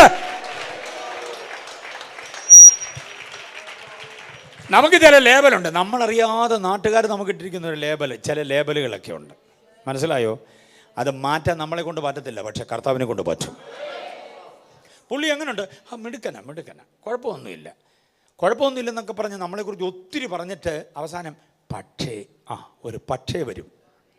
പക്ഷേ ആ പക്ഷേക്ക് അപ്പുറത്ത് എന്തുവാ? പൂരാക്കരവും. പക്ഷേ കഴിഞ്ഞ് എന്തോ പൂരിപ്പിക്കും? പുള്ളി മിടുക്കനാ, നല്ല വിദ്യാഭ്യാസം, നല്ല കാര്യങ്ങളൊക്കെയാ, വലിയ കുഴപ്പമൊന്നുമില്ല, സാമ്പത്തികമൊക്കെ ഉണ്ട്. പക്ഷേ കഴിഞ്ഞ് എന്തുവാണെന്നറിയാമോ? ഡയബറ്റിക്കാ. ആൻറ്റി കുഴപ്പമൊന്നുമില്ല, പക്ഷേ യൂട്രസിൽ ഫൈബ്രോയിഡാ. ആൻറ്റി ഞങ്ങളുടെ സഭയുടെ ഒരു പ്രധാന താരമാ, പക്ഷേ കരൾ വീക്കമാ. അങ്ങനെ കുഴപ്പമൊന്നുമില്ല, പക്ഷേ ഡയാലിസിസ് ആഴ്ച 2. ലേബൽ കേട്ടോ? ഇത് ലേബൽ മനസ്സിലാകുന്നുണ്ടോ? നമ്മളെക്കുറിച്ച് മെച്ചമായി പറയും, അപ്പുറത്ത് പക്ഷേ കഴിഞ്ഞൊരു ലേബലുണ്ട്. രോഗിയാ, ഡയാലിസിസുകാരനാ, കിഡ്നിക്ക് പ്രശ്നമാണ്, വാദമാ, യൂട്രസിന് പ്രോബ്ലമാ, തലയ്ക്കകത്തൊരു പ്രതിസന്ധിയുണ്ട്, സ്കള്ള് ഇളക്കി മാറ്റി ഓപ്പറേഷന് വേണ്ടി വിധിച്ചിരിക്കുക, ബൈപ്പാസ് സർജറി വേണം. ഇതൊക്കെയാണ് നമ്മളെക്കുറിച്ചുള്ള വേറെ ചില ലേബലുണ്ട്. അതാ രസകരം. നല്ല കുടുംബമാണ്, പക്ഷേ വാടകയ്ക്ക് താമസിക്കുക, സ്വന്തമായിട്ട് എന്തോ ഇല്ല. ഞാൻ പറഞ്ഞ ഈ ലേബൽ മാറ്റുന്ന ഒരുവൻ വന്നിട്ടുണ്ട്. നിന്നെക്കുറിച്ച് നാട്ടുകാർ പറഞ്ഞ ചില ലേബലുണ്ടല്ലോ, അത് മാറ്റുന്ന ഒരുവൻ. സാറേ, അത് ഇളക്കി മാറ്റി ചുരുട്ടി കളഞ്ഞിട്ട് ആ ലേബലിന് അപ്പുറത്ത് നിനക്കൊരു ആദർശം തരാൻ, നിനക്കൊരു പക്വതയും നിനക്കൊരു പദവിയും തരാൻ കഴിയുന്നവൻ, അവന്റെ പേരാ വീണ്ടെടുപ്പുകാരൻ, അവന്റെ പേരാ ദ റിഡീമർ. എത്ര പേര് വിശ്വസിക്കുന്നുണ്ട്? അല്പം കൂടെ ഖേദകരമായ വേറൊരു ലേബലുണ്ട്. എന്താണെന്നറിയോ? അയ്യോ, ആ പെൺകുഞ്ഞ് എന്നെ മിടിക്കുകയെന്നറിയോ, നല്ല വിദ്യാഭ്യാസമൊക്കെ ഉണ്ട്, ടീച്ചർ അങ്ങനെ ഇങ്ങനെന്നൊക്കെ ഒത്തിരി പറയും. പിന്നെന്താ കുഴപ്പം? ഇതുവരെ കല്യാണമൊന്നും ആയില്ല. പ്രായം കഴിഞ്ഞിട്ട് എന്തോ ആയില്ല, അതൊരു ലേബലാണ്. അതിനാ കാണാൻ കൊള്ളാലോ, സാമ്പത്തികം അതൊക്കെ ഉണ്ട്, എത്ര ചോദിക്കുന്നു കൊടുക്കാൻ അവരുടെ കാശുണ്ട്. പക്ഷെ വരുന്ന ആലോചന എല്ലാം എന്തോ ചെയ്യുക, അതൊരു ലേബലാണ്. വിശ്വാസത്താൽ വളരെ ആത്മധൈര്യത്തോടെ ഞാൻ പറയാം, ആ വിധമായ ചില ലേബൽ ഉടനെ അഴിഞ്ഞു മാറും. വിശ്വസിക്കുന്നവർ എത്ര പേരുണ്ട്? വിശ്വസിക്കുന്നവർ എത്ര പേരുണ്ട്? പ്രാർത്ഥിക്കുന്ന ചില വ്യക്തികളുടെ മേൽ, ചില കുഞ്ഞുങ്ങളുടെ മേൽ, ചില ആൺകുഞ്ഞുങ്ങളുടെ, ചില പെൺകുഞ്ഞുങ്ങളുടെ വിവാഹ ശുശ്രൂഷയ്ക്ക് ദൈവം വഴി തുറക്കാൻ പോവുക. യെസ് യെസ്, വിശ്വാസത്തോടെ ഏറ്റെടുത്ത് കർത്താവിനെ അങ്ങ് സ്തുതിക്ക്. ആ ലേബല് കർത്താവ് മാറ്റാൻ പോവുകയാണ്. ഇതുവരെ വിവാഹം നടന്നില്ല, ഇതുവരെ വിവാഹം നടന്നില്ലെന്നുള്ള ആ ഒരു പരാതി കണ്ടോ? പ്രായം കഴിഞ്ഞിട്ട് കല്യാണം കഴിയാത്തവൾ എന്ന നിന്റെ ലേബല് മാറ്റാൻ പോവുക. ബിജുപാസേ, ഉടനെയൊന്നും ആസ്ട്രേലിയയിലും കാനഡയിലൊന്നും പോകത്തില്ല. ഉഭയസമ്മതം പറഞ്ഞു കൊടുത്ത് മടുക്കും. തിങ്കളും വ്യാഴവും വാ പടപടാന്ന് കല്യാണം നടത്താൻ പോവുക. എത്ര പേര് വിശ്വസിക്കുന്നുണ്ട്? വിശ്വസിക്കുന്നവർ കർത്താവിനെ സ്തുതിച്ചാട്ടെ. ആ കാര്യത്തിലൊരു ബ്രേക്ക് ത്രൂ സംഭവിക്കാൻ പോവുക. ആ കാര്യത്തിലൊരു ബ്രേക്ക് ത്രൂ സംഭവിക്കുകയാ. മുടങ്ങിക്കിടന്ന ചില ആലോചനകൾ, ഒഴിഞ്ഞുപോയ ചില ആലോചനകൾ കർത്താവ് നടത്തിക്കൊണ്ട് വരാൻ പോകുക. യെസ്,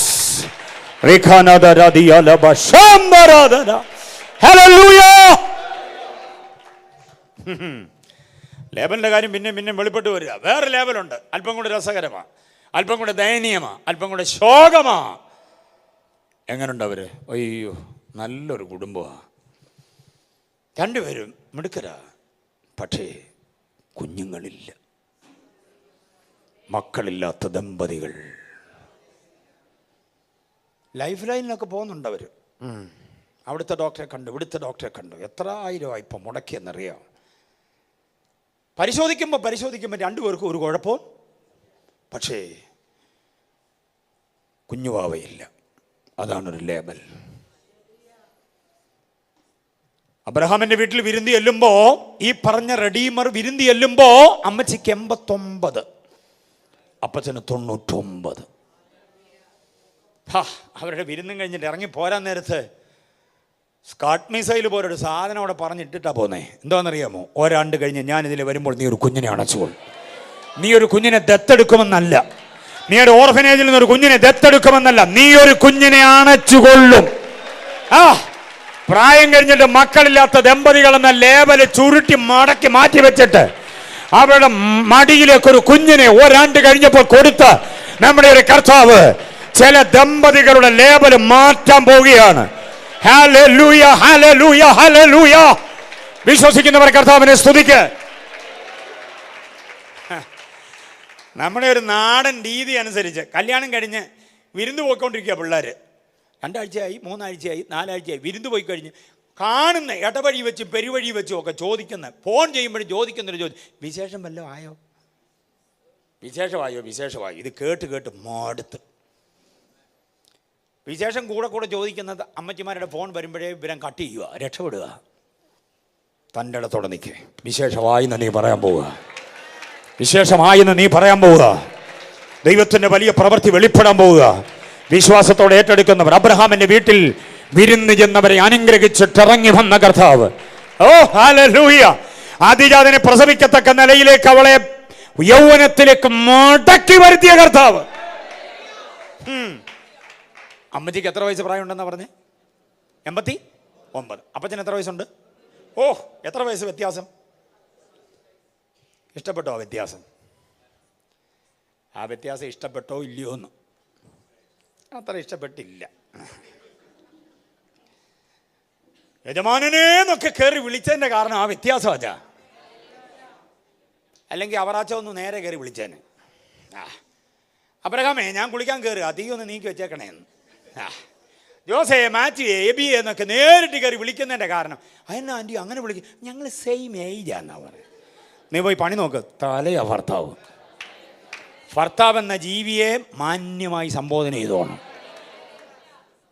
മനസ്സിലാകുന്നുണ്ടോ? അതിനായിട്ടൊന്നും ആരും സ്വോത്രം പറയുന്നില്ലേ? ദൂതുണ്ടെന്നാ തോന്നുന്നു. ക്രൈസ്തവ ഭർത്താവിനെ മാന്യമായി, പേര് വിളിക്കരുത്, മാന്യമായി ആദരവിൻ്റെ ഭാഷ വിളിച്ചു. ചേട്ടാന്നോ അച്ചായാന്നോ അച്ചാച്ചാന്നോ എന്തെങ്കിലുമൊക്കെ വിളിച്ചോണം. ഇത് ചിലർ വളരെ വിദഗ്ധമായി ഒന്നും വിളിക്കത്തില്ല.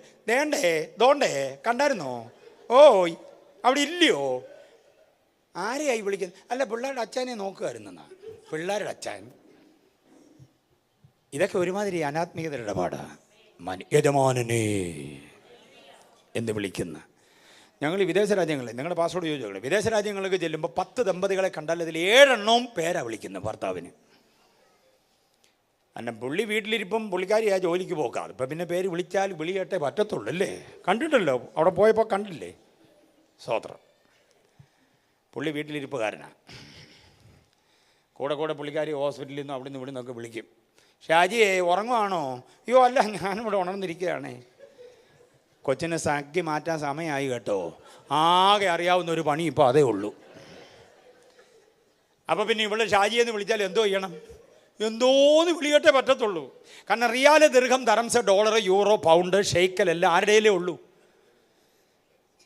മഹാത്മാഗാന്ധിയുടെ പല്ലില്ലാത്ത മോണ കാട്ടിച്ചിരിക്കുന്ന നോട്ട് 100-ൻ്റെ 1000-ൻ്റെ ഒക്കെ പുള്ളിയുടെ ബാഗിനകത്തുണ്ട്. ഇവിടുന്ന് പ്ലെയിൻ കയറി അവിടെ ചെന്നപ്പോൾ അതവിടെ വല്ല പ്രയോജനം ചെയ്യുമോ? അപ്പം കറൻസി അവിടുത്തേത് ആരുടെയിലേ ഉള്ളൂ.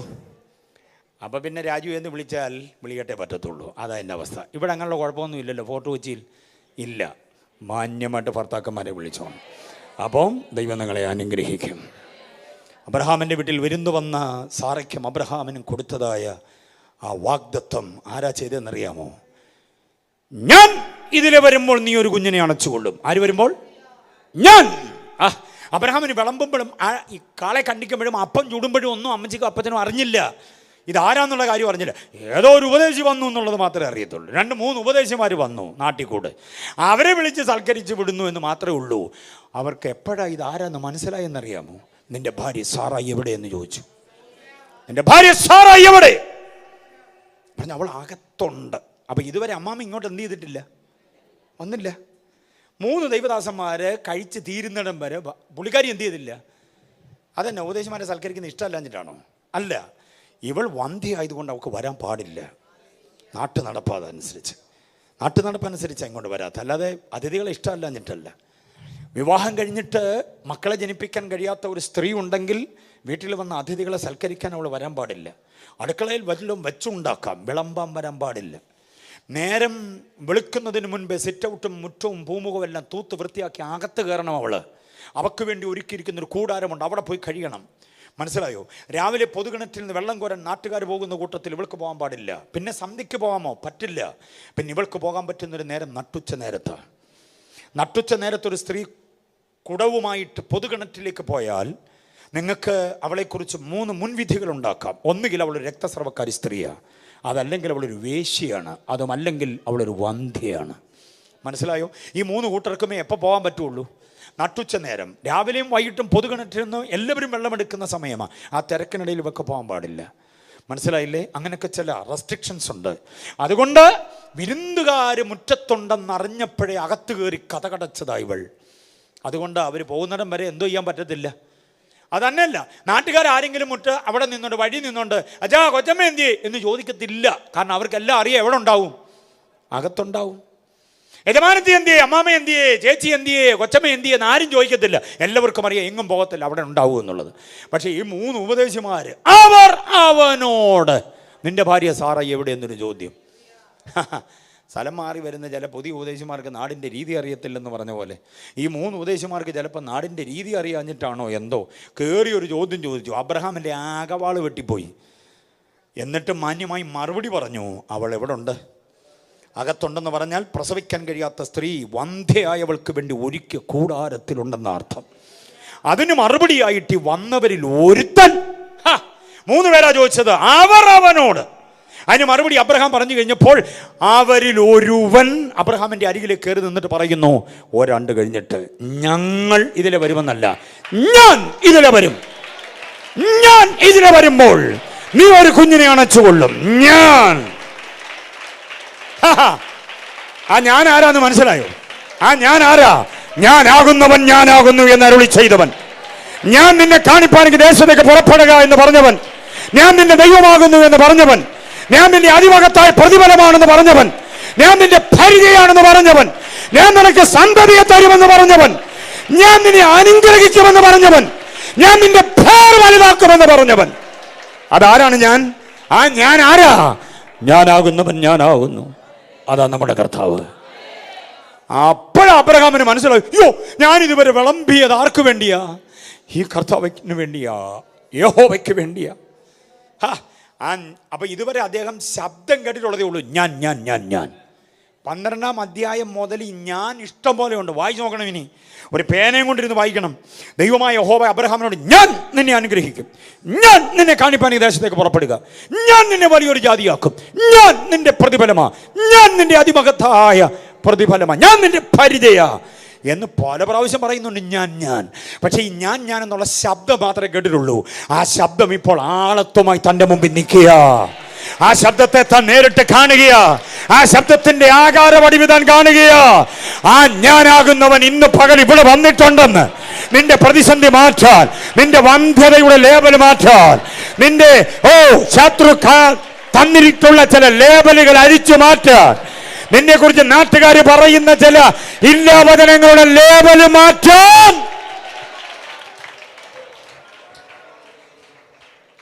ബോധ്യമായവർ കർത്താവിനെ സ്തുതിച്ച്. ആരാ നമ്മളുടെ റെഡീമർ? ദൈവമായ യഹോവയാ. അവൻ്റെ പേര് ഞാൻ എന്ന് തന്നെയാണ്. ഞാൻ എന്നുള്ളതിൻ്റെ ദൈവശാസ്ത്രം കൊണ്ട് ഞാൻ പറയട്ടെ. ഞാനാകുന്നവൻ. അത് ആരോട് പറഞ്ഞു? അത് മോശ ഒരിക്കൽ ഒരു ചോദ്യം ചോദിച്ചു, വാട്ട് ഈസ് യുവർ നെയിം? എന്താ നിന്റെ പേര്? മിസ്രൈമിൽ പോകാന്ന് നീ എന്നെ നിർബന്ധിക്കുന്നു. മിസ്രൈമിൽ അങ്ങനെ ചെന്ന് എനിക്ക് കയറാൻ ചെല്ലത്തില്ല, ഞാൻ അവിടെ വേണ്ടഡ് ആണ്. ഒരുത്തനെ തല്ലിക്കൊന്ന് കുഴിച്ചു മൂടിയിട്ട് അവിടെ നിന്ന് ചാടിപ്പോന്ന ഇപ്പോഴും എന്നെ തപ്പി നടക്കുന്നുണ്ട് അവിടെ ആള്. എനിക്കങ്ങനെ ചെന്ന് കയറാൻ പറ്റത്തില്ല എന്ന് പറയുമ്പോൾ ദൈവമായ യഹോവ പറയാ, അല്ല നീ പോയേ പറ്റുള്ളൂ. അപ്പം ചോദിക്കുന്നൊരു ചോദ്യമാണ്, എന്താ നിന്റെ പേര്? പറ. അഗ്നിജ്വാലയിൽ ശബ്ദം മാത്രം പോരാ, നിന്റെ പേരെന്താന്ന് പറ. അവിടെ ചെല്ലുമ്പോൾ എന്നെ ദൈവമാണ് വിട്ടതെന്ന് പറഞ്ഞാൽ ഏത് ദൈവമാ? മിസ്രൈമിൽ പറന്നു വരുന്നു, എഴഞ്ഞു വരുന്നു, ചാടി വരുന്നു, ഓടി വരുന്നു, എല്ലാം ദൈവങ്ങളാ. അവിടുത്തെ കാറ്റും മഴയും കോളും ഇലച്ചാർത്തുള്ള വൃക്ഷവും ഒഴുകിപ്പോകുന്ന നൈൽ നദി അടക്കം എല്ലാം എന്തുവാ? ആ നൈൽ നദിയുടെ തീരത്തുള്ള തവളയും പാമ്പും പഴുതാരയും എല്ലാം ദൈവമാണ്. അങ്ങനെയുള്ളൊരു നാട്ടിലേക്ക് എന്നെ ഒരു ദൈവം വിട്ടെന്ന് പറഞ്ഞാൽ ഏത് ദൈവം വിട്ടു? ആ ദൈവത്തിൻ്റെ പേരെന്താന്ന് ചോദിച്ചാൽ ഞാൻ എന്തോ പറയണം? അപ്പോഴാ പറഞ്ഞത്, I am that I am. ഞാനാകുന്നവൻ. അത് മലയാളത്തിൽ ഇംഗ്ലീഷിലും ഒന്നും അല്ലല്ലോ പറഞ്ഞത്. അങ്ങനെ പറഞ്ഞേ. എബ്രായ ഭാഷ ഏതാ? 3 പദങ്ങളാണ്. അതിലൊരു പദം ആവർത്തിക്കുന്നു. യഹ്യഹ് എന്ന പദം ആദ്യവും അവസാനവും, അതിനിടയ്ക്കൊരു അഷേർ. എന്ന് പറയുന്ന 3 പദങ്ങളുടെ ആദ്യാക്ഷരങ്ങളെ ഒരുമിച്ച് ചേർക്കുമ്പോൾ കിട്ടുന്ന ഒരൊറ്റ പദമാണ് യാഹ്വേ. എബ്രായ ഭാഷയിൽ യാഹ്വേ എന്ന് പറഞ്ഞാൽ യഹ്യഹ്, ഹഷേർ, യഹ്യഹ് എന്ന 3 പദങ്ങളുടെ ആദ്യാക്ഷരങ്ങളുടെ സമന്വയമാണ്. ആ യാഹ്വേ ആണ് മലയാളത്തിൽ യാഹ്. ആ യാഹാണ് യഹോവ. ഞാൻ പോത്തില്ല എന്ന് പറഞ്ഞ് മോശ വാശി പിടിക്കുമ്പോൾ നിന്നെ വിടുന്നത് യഹോവയാന്ന് പറഞ്ഞപ്പോൾ മോശ പറയാം, ഞാൻ പോയേക്കാം.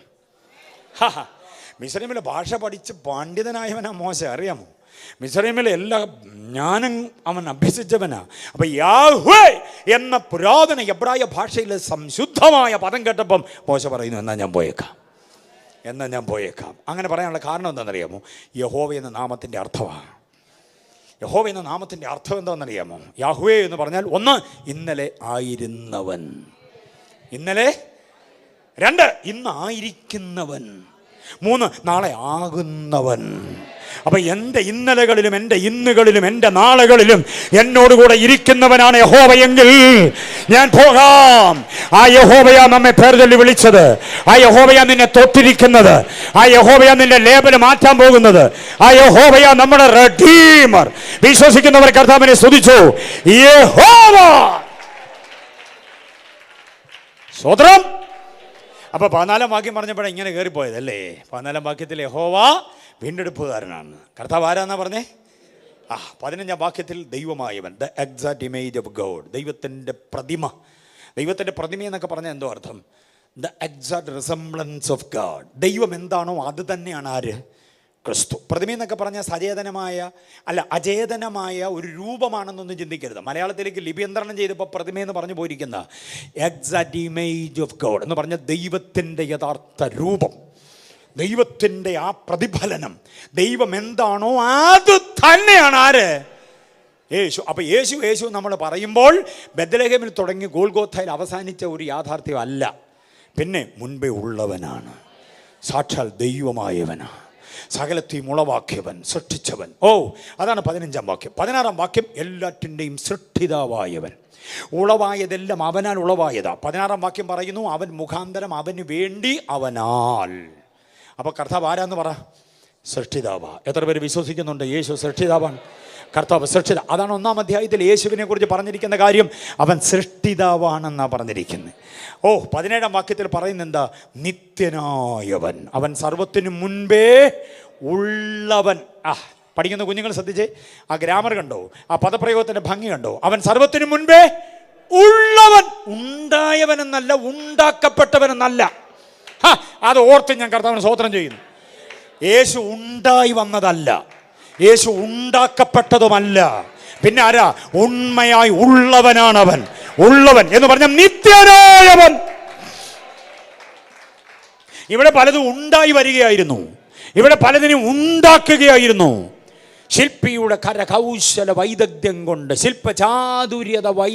ചാതുര്യത കൊണ്ട്, ശില്പനിർമ്മാണ വൈദഗ്ധ്യം കൊണ്ട് ദൈവങ്ങളെ ഉണ്ടാക്കുകയോ കാലത്തിൻ്റെ അനുകൂല പ്രതികൂല സാഹചര്യങ്ങളെ അതിജീവിച്ചുകൊണ്ട് ചിലത് ഉണ്ടായി വരികയൊക്കെ ആയിരുന്നു. പക്ഷെ എൻ്റെ കർത്താവ് ഉണ്ടായവനല്ല, ഉണ്ടാക്കപ്പെട്ടവനല്ല, ഉണ്മയായി ഉള്ളവനാണ്. ഉള്ളവൻ എന്ന് പറഞ്ഞാൽ ആദിയില്ലാത്തവൻ, അന്തമില്ലാത്തവൻ, തുടക്കമില്ലാത്തവൻ, ഒടുക്കമില്ലാത്തവൻ, ജയന്തിയില്ലാത്തവൻ, സമാധിയില്ലാത്തവൻ, ആരംഭമില്ലാത്തവൻ, അവസാനമില്ലാത്തവൻ. അങ്ങനെ ഒരു ദൈവമാണ് നമ്മുടെ കർത്താവ് എന്ന് ബോധ്യം എത്ര പേർക്കുണ്ട്? അവൻ ഇന്നലെ ഉണ്ടായിരുന്നു എന്നുള്ളതല്ല, ഇന്നലെയും ഇന്നും എന്നേക്കും ഉള്ളവൻ. അതിന് തിയോളജി ഒരു പ്രയോഗം പറയുന്നുണ്ട്, ഏകനിത്യവർത്തമാനജ്ഞൻ. ഏകനിത്യവർത്തമാനം എന്ന് പറഞ്ഞാൽ ഇന്നലകളില്ല, നാളെയുമില്ല. കർത്താവിന് എന്തേ ഉള്ളൂ? വർത്തമാനമേ ഉള്ളൂ. നിത്യവർത്തമാനം, ഏകനിത്യവർത്തമാനം. നമുക്ക് ഇന്നലകളുണ്ടായിരുന്നു.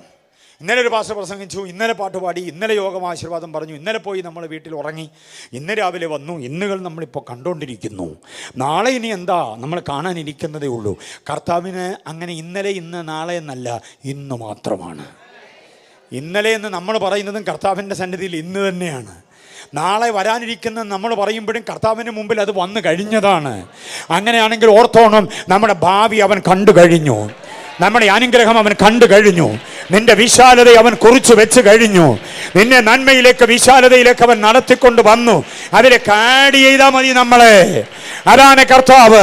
കാലത്തിന് അതീതനായവൻ, കാലാതീതനായവൻ.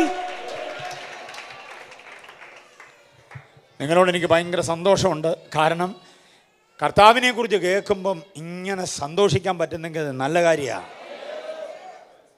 ഗോലിയാത്ത് വന്നെങ്കിൽ ഒരു സ്തോത്രം പറയുമെന്ന് നിർബന്ധമുള്ള വിശ്വാസികളുണ്ട് പല സഭകളിലും. അപ്പോൾ പുള്ളി ഗോലിയാത്തിനെ കുറിച്ചൊന്നും പറഞ്ഞില്ല എന്നതുകൊണ്ട് എനിക്കൊരു അന്യഭാഷ പറയാൻ തോന്നിയില്ലെന്ന്. കർത്താവിനെ കുറിച്ച് കേട്ടിട്ട് നിങ്ങൾ സ്തോത്രം പറയുന്നവരോട് എനിക്ക് ഭയങ്കര സന്തോഷമാണ്. ആരാധിക്കാനും ഉള്ളം തുറന്നും സന്തോഷിക്കാനും പറ്റുന്ന ഒരേ ഒരാളത്വ മഹിമ കർത്താവ് മാത്രമാണ്.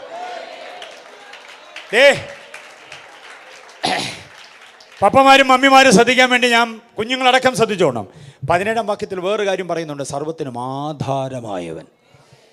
കണ്ടായിരുന്നോ? നിങ്ങൾ വാക്യം കാണുന്നുണ്ടല്ലേ? കൊള്ളാം. അവൻ സകലത്തിനും ആധാരം എന്നൊക്കെ പറഞ്ഞാൽ അടിസ്ഥാനം എന്നാ അതിൻ്റെ അർത്ഥം. സർവത്തിനും ആധാരമായവൻ, സകലത്തിനും ആധാരം. ശ്രദ്ധിച്ച് കേട്ടാൽ നിങ്ങൾ സ്വതന്ത്രം പറയാനുള്ള കാര്യം ഞാൻ പറയാം. ദേ കേട്ടോണം, നമ്മുടെ ആരോഗ്യത്തിൻ്റെ ആധാരം അവൻ്റെ കയ്യിലാണ്. വിശ്വസിക്കുന്നുണ്ടോ? കുടുംബ ഡോക്ടർ പറയുന്ന പോലെ അല്ല നമ്മുടെ ആരോഗ്യം. നമ്മുടെ ആരോഗ്യത്തിൻ്റെ ആധാരം കയ്യിലുള്ളവനാ നമ്മോട് കൂടെ ഉള്ളവൻ. അടിപ്പിണരുകളാൽ സൗഖ്യം വരുത്തുന്നവനാ നമ്മോട് കൂടെ ഉള്ളവൻ. എത്ര കാലം ജീവിച്ചിരിക്കണമെന്നും നിന്റെ ഹാർട്ട് എത്ര നാൾ ചലിക്കണമെന്നും നിന്റെ ഹാർട്ട് സ്തംഭനമില്ലാതെ എത്ര കാലം സ്തംഭനമില്ലാതെ അത് സ്പന്ദനം ചെയ്യണമെന്നുള്ളത് ഈ കർത്താവ് തീരുമാനിക്കുന്നേ. ഓ ഹല്ലേലൂയ! ആരോഗ്യത്തിൻ്റെ ആധാരം മനസ്സിലാകുന്നുണ്ടോ? ചുമ്മാ ആശങ്കപ്പെടുകയൊന്നും ചെയ്യരുത്. ബ്ലഡ് ടെസ്റ്റ് നടത്തിയിട്ട് അതിൻ്റെ റിസൾട്ട് കണ്ടിട്ട് ബോധം കിട്ടുമെന്ന് തറയിൽ പോകുകയൊന്നും ചെയ്യരുത്. ആധാരം കയ്യിലുള്ളവൻ കരുതിക്കോളും എന്നും പറഞ്ഞ് ചുമ്മാ അത് ഇതുമെല്ലാം വാരി കഴിച്ച് കുഴപ്പമൊന്നും ഉണ്ടാക്കുകയും ചെയ്യരുത്. ഡയറ്റിങ്ങൊക്കെ സൂക്ഷിച്ചോണം, ചെയ്യേണ്ടതൊക്കെ ചെയ്തോണം. ഓ കർത്താവ് കൂടെ ഉണ്ടെന്നും പറഞ്ഞ് പഞ്ചാര കലക്കി വെള്ളം കുടിക്കുകയൊന്നും ചെയ്യരുത്. ഭാര്യ പറയുന്ന കുറേയൊക്കെ കേൾക്കച്ച. അച്ഛൻ്റെ ഫാൻസ് കഴുകാൻ എഴുതപ്പോൾ അതിനകത്ത് പൂവമ്പഴത്തിൻ്റെ തൊലി ഫാൻസിനകത്ത് എന്തോ തടഞ്ഞു. അപ്പോഴാ പഴത്തൊലി. ഓ വെട്ടി വിളിച്ച് അമ്മാമ്മക്കാരി എന്നെ വിധവയാക്കാൻ ഈ മനുഷ്യൻ തുടങ്ങുകയാണ് എന്നും പറഞ്ഞു. ഒരു ചെറിയ പഴം പോലും കഴിക്കാൻ അനുവദിക്കാത്ത കുറേ എണ്ണമുണ്ട്, കുറേ ഡോക്ടർമാർ. കഴിച്ചോട്ടെ, പ്രാർത്ഥിച്ചാൽ മതി. ആധാരം ആരുടെ ഇല്ല. വല്ലപ്പോഴും ഒക്കെ ഒരു പഴമൊക്കെ കൊടുക്കുക. ഒരെണ്ണം ഇങ്ങനെ കഴിച്ചുകൊണ്ടിരുന്നപ്പോഴാണ് പുള്ളിക്കാരി പെട്ടെന്ന് പ്രത്യക്ഷപ്പെടാം. തൊലി അങ്ങ് കളയുന്നതിന് മുമ്പേ പെട്ടെന്ന് പോക്കലോട്ട് താത്തു. എടുത്ത് കളയാൻ മറന്നുപോയി പാവം. തൊണ്ടി മുതലെടുത്ത് വെച്ച് വിസ്താര. എവിടെ നിന്ന് കഴിച്ചു? ഇതിപ്പോൾ ഒന്നിൻ്റെ ഉള്ളൂ, ബാക്കി തൊലി എന്തി എന്നാണ് ചോദിക്കുന്നത്. എടാ ഒരു പഴത്തിന് ഒരു തൊലിയല്ലേ ഉള്ളൂ. എന്നിട്ടും ചോദിക്കുക അമ്മാമ്മ ബാക്കിൻ്റെ പേര് ബാക്കി തൊലി എന്തി എന്ന്. പുള്ളി അതിങ്ങനെ കണക്ട് ചെയ്ത് കാണിച്ചു. ഒരു പഴത്തിൻ്റെ തൊലിയായി. ഒന്നല്ല നിങ്ങൾ തിന്ന മനുഷ്യനെ എനിക്ക് നിങ്ങളെ നന്നായിട്ടറിയാം. നിങ്ങൾ എത്രയോ എണ്ണം തിന്നു, ബാക്കി തൊലി എവിടെ വെച്ചു? അതുകൊണ്ട് ഷുഗറും ഡയബറ്റിക്കും ഒക്കെ ഉള്ളത് കൊണ്ട് അതിനെ അനുസരിച്ച് എന്തോ ചെയ്യണം, ഭക്ഷണമൊക്കെ കഴിച്ചോണം. പക്ഷേ ആവശ്യമില്ലാത്ത ബോധക്കേടൊന്നും വേണ്ട. നമ്മുടെ ആരോഗ്യത്തിൻ്റെ ആധാരം കർത്താവിൻ്റെ കയ്യിലാണ്. സ്വത്രം മനസ്സിലായല്ലോ. എറണാകുളം എന്നൊക്കെ പറഞ്ഞാൽ ഹോസ്പിറ്റലിൻ്റെ നാടല്ലേ. മക്കൾ വിദേശത്തൊക്കെ ഇരുന്ന് ഉണ്ടാക്കുന്ന പൈസ ഒന്നും കൊണ്ടുവന്ന് ഈ മുതലാളിമാരുടെ കയ്യിൽ കൊടുക്കരുത്. കുറേയൊക്കെ കർത്താവിൻ്റെ രോഗശാന്തിയിൽ വിശ്വസിക്കുക. ലക്ഷങ്ങളെന്നൊക്കെ പറയുമ്പോഴൊക്കെ ഒരു മടിയില്ലാതെ അങ്ങോട്ട് കൊടുക്കുക. സ്വതരാജ്യപാത്രം വരുമ്പോൾ മാത്രമായി ഈ നോട്ട് തള്ളുന്നത്. 2000 മാറ്റി, 1000 മാറ്റി, 500 മാറ്റി, പിന്നെ അതിനകത്തുനിന്ന് നല്ല നിറമുള്ളൊരു 20 രൂപ വലിച്ചെടുക്കാൻ പെട്ട പാട്. ഇതൊന്നും സ്ഥല എസ് ഐ പറയത്തില്ല, അതിനെ വരുന്ന എസ് ഐമാർ പറയുന്നു. മനസ്സിലായല്ലോ. ബിജു സാർ അതൊന്നും പറയത്തില്ലെന്ന് എനിക്കറിയാം. അത് നിങ്ങളിങ്ങനെ വചനം പ്രസംഗിച്ച് സുഖിപ്പിച്ച് പോകത്തേ ഉള്ളൂ. അതുകൊണ്ട് ഓർത്തുകൊള്ളണം ഒരു കാര്യം, ഈ മെഡിക്കൽ കോളേജിലും അവിടെ ഇവിടെയൊക്കെ കൊണ്ടുചെന്ന് നമ്മുടെ ഒരു വലിയ തുക കെട്ടിവെക്കരുത്. കുഞ്ഞുങ്ങളുടെ വിയർപ്പിൻ്റെ പണമാണ് അത്. അല്ലെങ്കിൽ നിങ്ങളൊരു പുരുഷായുസ്, ഒരു ആയുസ് മുഴുവനും അധ്വാനിച്ചുണ്ടാക്കിയ പൈസയാണ് അത്. വല്ലവനും കൊണ്ട് കൊടുക്കരുത്. കർത്താവിൻ്റെ കൃപയിൽ ആശ്രയിക്കുക. ഒരു ദിവസം ദൈവസന്നിധിയിൽ ഉപവസിച്ച് നോക്ക്, ആ രോഗത്തിന് പ്രതിവിധി ഉണ്ടാവും. സ്വതന്ത്രം ആശ്രമ മെഡിസിറ്റിയിൽ ഉടനടി ഓപ്പറേഷൻ എന്ന് പറഞ്ഞ് ഞങ്ങളുടെ ഒരു കുഞ്ഞിന്, ഞങ്ങളുടെ ചേർച്ചിലുള്ളൊരു മോളെ അവർ ഇത്ര ദിവസം അഡ്മിറ്റ് ചെയ്യണമെന്ന് പറഞ്ഞു. എൻ്റെ അടുത്ത് വന്ന് പറഞ്ഞു. ഞാൻ പറഞ്ഞു മോളെ വിശ്വാസമുണ്ട്, നമുക്ക് എല്ലാം കൂടി സഭയായിട്ട് ഒരു ദിവസം ഇരുന്ന് പ്രാർത്ഥിക്കാമെന്ന് പറഞ്ഞു. ഒരു ദിവസം പ്രാർത്ഥിച്ചു. ഞങ്ങളെല്ലാവരും കൂടെ രാവിലെ മുതൽ പ്രാർത്ഥിച്ചു. നടന്ന സംഭവമാണ്. ആ കുഞ്ഞ് ഞങ്ങളുടെ ചർച്ചിൽ ഇപ്പോഴും ഉണ്ട്, അവർ കുടുംബമായിട്ടുണ്ട് ഇപ്പോഴും. ഒരു ദിവസം ഞങ്ങൾ മൊത്തം ഇരുന്ന് പ്രാർത്ഥിച്ചു. രാത്രി 10 മണി വരെ തുടർമാനമായി പ്രാർത്ഥിച്ചു. വാട്ടമാണ്, പ്രസംഗമൊന്നുമില്ല. ഇടയ്ക്കിടയ്ക്ക് ചില വാക്യങ്ങൾ വായിച്ച് അവർക്ക് ചില ആലോചനകൾ കൊടുക്കും. അത്രമാത്രമേ ഉള്ളൂ. അല്ലാതെ ഗസ്റ്റ് പ്രസംഗമൊന്നുമില്ല, പ്രാർത്ഥന മാത്രം. തലേ കൈവച്ച് ഒടുവിൽ പ്രാർത്ഥിച്ച് ആശീർവാദം പറയുന്നതിന് മുമ്പ് തലേ കൈവച്ച് പ്രാർത്ഥിച്ച് നേരത്തെ ഞാൻ പറഞ്ഞു, അടുത്ത ഒരു ചെക്കപ്പിന് വിധേയമാകുമ്പോൾ ഓപ്പറേഷൻ വേണ്ടെന്ന് ഡോക്ടർ പറയും. ധൈര്യമായിട്ട് പൊക്കോളാൻ പറഞ്ഞു. എനിക്ക് തോന്നുന്നൊരു തിങ്കളാഴ്ച ഞങ്ങൾ ഉപവാസം വരുന്നത്. ബുധനാഴ്ച ഹോസ്പിറ്റലിൽ ചെന്ന് ചെക്ക് ചെയ്തപ്പോൾ പറഞ്ഞു, എന്തോ പറ്റി, സംഗതി മാറിയില്ല, ഓപ്പറേഷൻ വേണ്ടല്ലോ. ആരോഗ്യത്തോടിരിക്കുന്നു ഇന്നും. ഇന്ന് രാവിലെ ഞങ്ങളുടെ പ്രയർ ലീഡ് ചെയ്തത് ആ മോളാണ്, ബിജി. മനസ്സിലായില്ലേ? അവിടെ ഭർത്താവ് ഗൾഫിലുണ്ട്, പൈസ എല്ലാം കൂടെ സമാഹരിക്കുകയായിരുന്നു ഓപ്പറേഷന് വേണ്ടി. ഇന്ന് രാവിലെ ഞങ്ങളുടെ മോർണിംഗ് പ്രയർ എന്ന് പറയുന്ന 5 മണി മുതൽ 6 മണി വരെയുള്ള 1 മണിക്കൂർ എല്ലാ കുടുംബക്കാരും ഗൂഗിൾ മീറ്റിൽ ഒന്നിച്ച് സന്ധിക്കും. ഓരോരുത്തർ ലീഡ് ചെയ്യും, പ്രാർത്ഥനാ വിഷയങ്ങൾക്ക് വേണ്ടി ലീഡ് ചെയ്യും. ഞാൻ ഇങ്ങോട്ടുള്ള യാത്രയിൽ, എനിക്ക് രാവിലെ കുറേ ക്ലാസ് ഉള്ളത് കൊണ്ട് ഞാൻ യാത്രയിലായിരുന്നു. 5 മണിക്ക് ഞാൻ യാത്രയിലാണെങ്കിലും ആ മീറ്റിങ്ങിൽ ഞാൻ ജോയിൻ ചെയ്യാറുണ്ട്.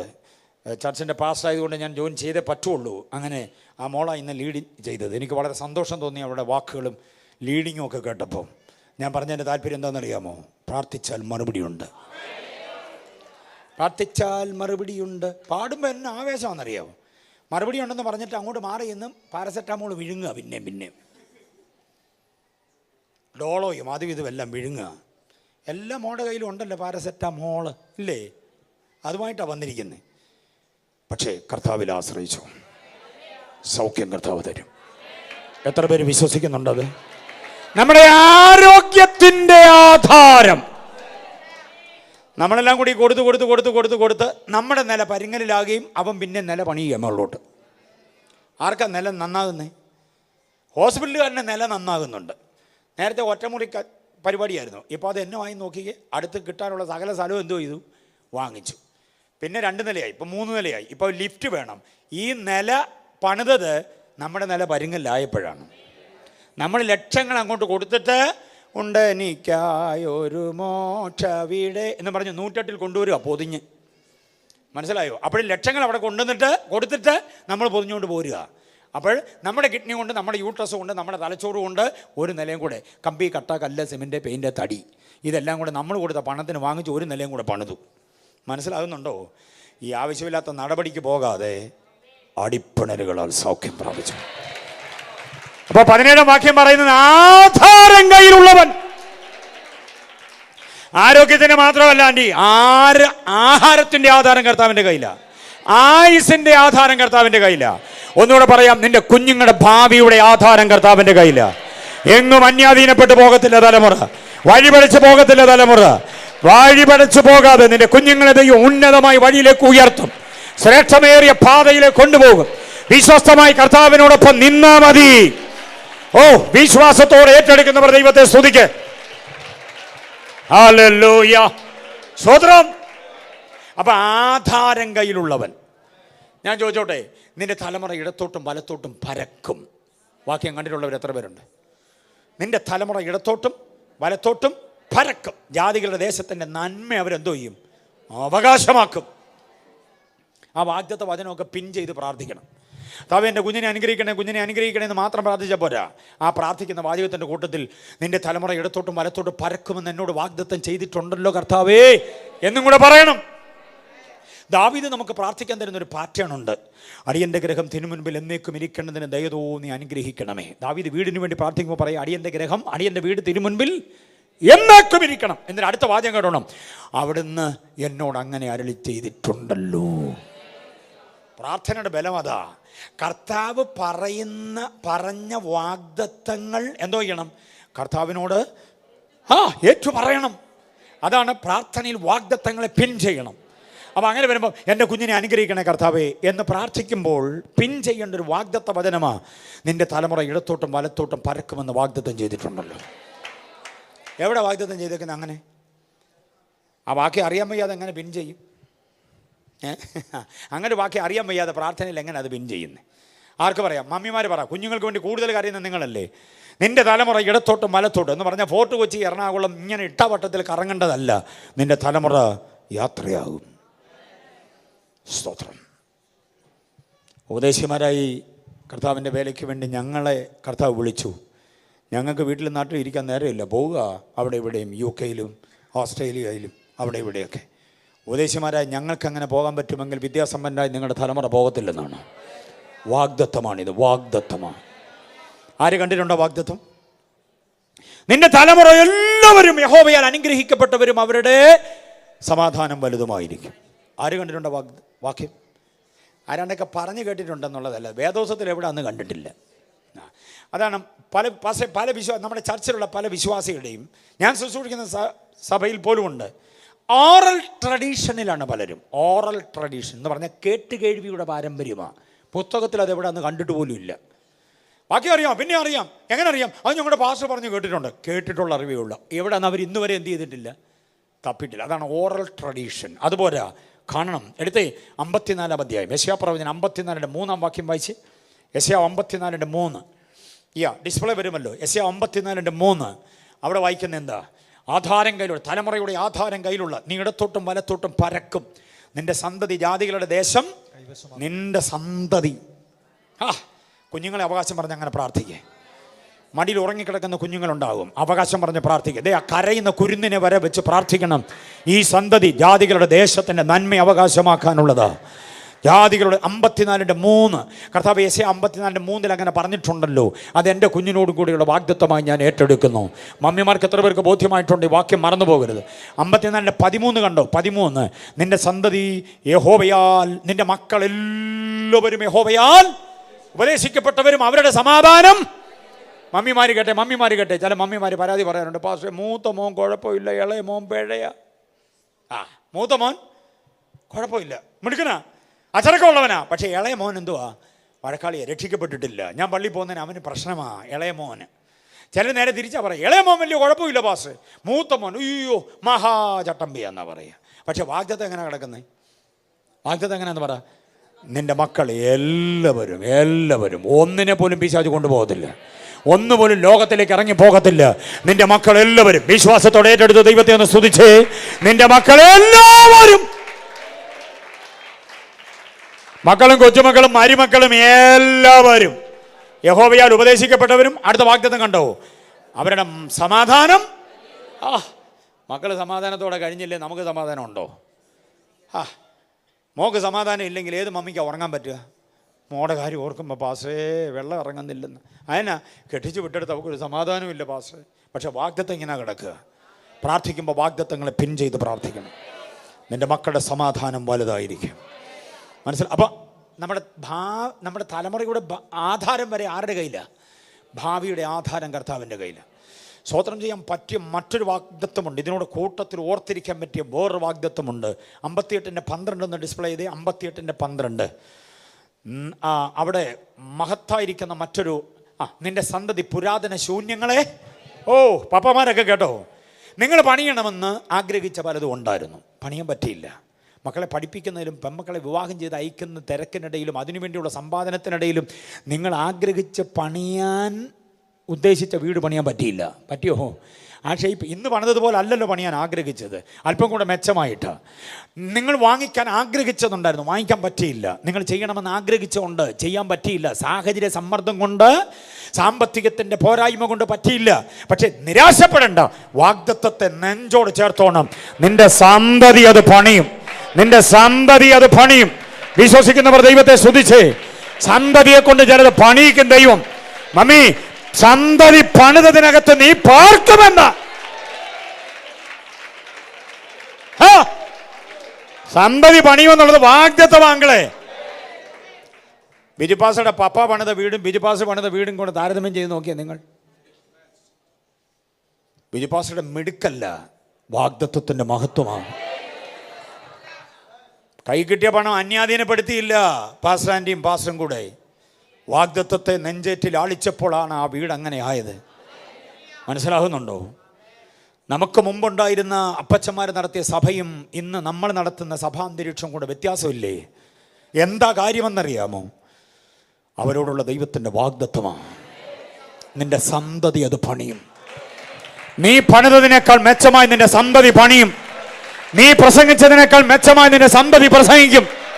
മനസ്സിലായില്ലേ? ഹല്ലേലൂയ.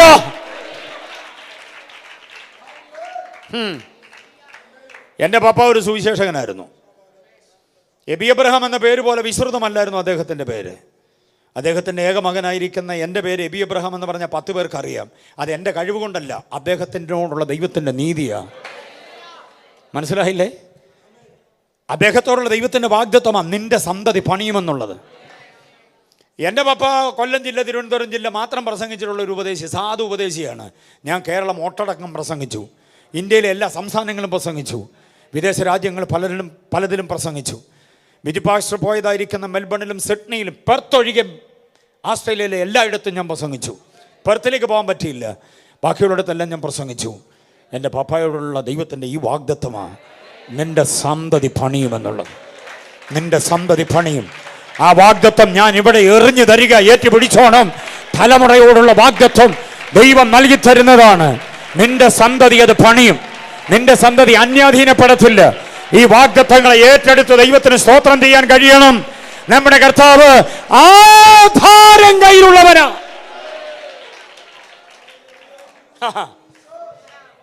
വാഗ്ദത്തം കേട്ടപ്പോൾ നിങ്ങൾക്ക് ഇത്ര സന്തോഷമാണെങ്കിൽ ഒരെണ്ണം കൂടെ തരാം. ഈ മക്കളമാർ കൈകാര്യം ചെയ്യുന്ന സ്കൂട്ടിയും കാറും ഒക്കെ മുറ്റത്ത് ഇങ്ങനെ നിൽക്കുമ്പോൾ നിങ്ങളുടെ മുറ്റമൊക്കെ ഒന്ന് അടിച്ചു പോകുന്ന വഴിക്ക് അതിൻ്റെ ഹാൻഡിലൊക്കെ പിടിച്ച് അല്പസമയം അന്യഭാഷ പറഞ്ഞ് പ്രാർത്ഥിക്കണം. നമ്മുടെ പിള്ളേർക്കുള്ളൊരു കുഴപ്പം എന്താ അറിയാമോ? അവർക്ക് സമയമില്ല. ഒന്നാമത് വണ്ടി ഉണ്ടല്ലോ എന്ന് പറഞ്ഞ് താമസിച്ചേ ഇറങ്ങുള്ളൂ. ഇതല്ല, എന്നിട്ട് കയറിയിരുന്ന് സ്വോത്രം പോലും പറയാതെ അടിച്ചു വിട്ട് ഒറ്റ പോക്ക. അവർ പ്രാർത്ഥിക്കുന്നില്ല.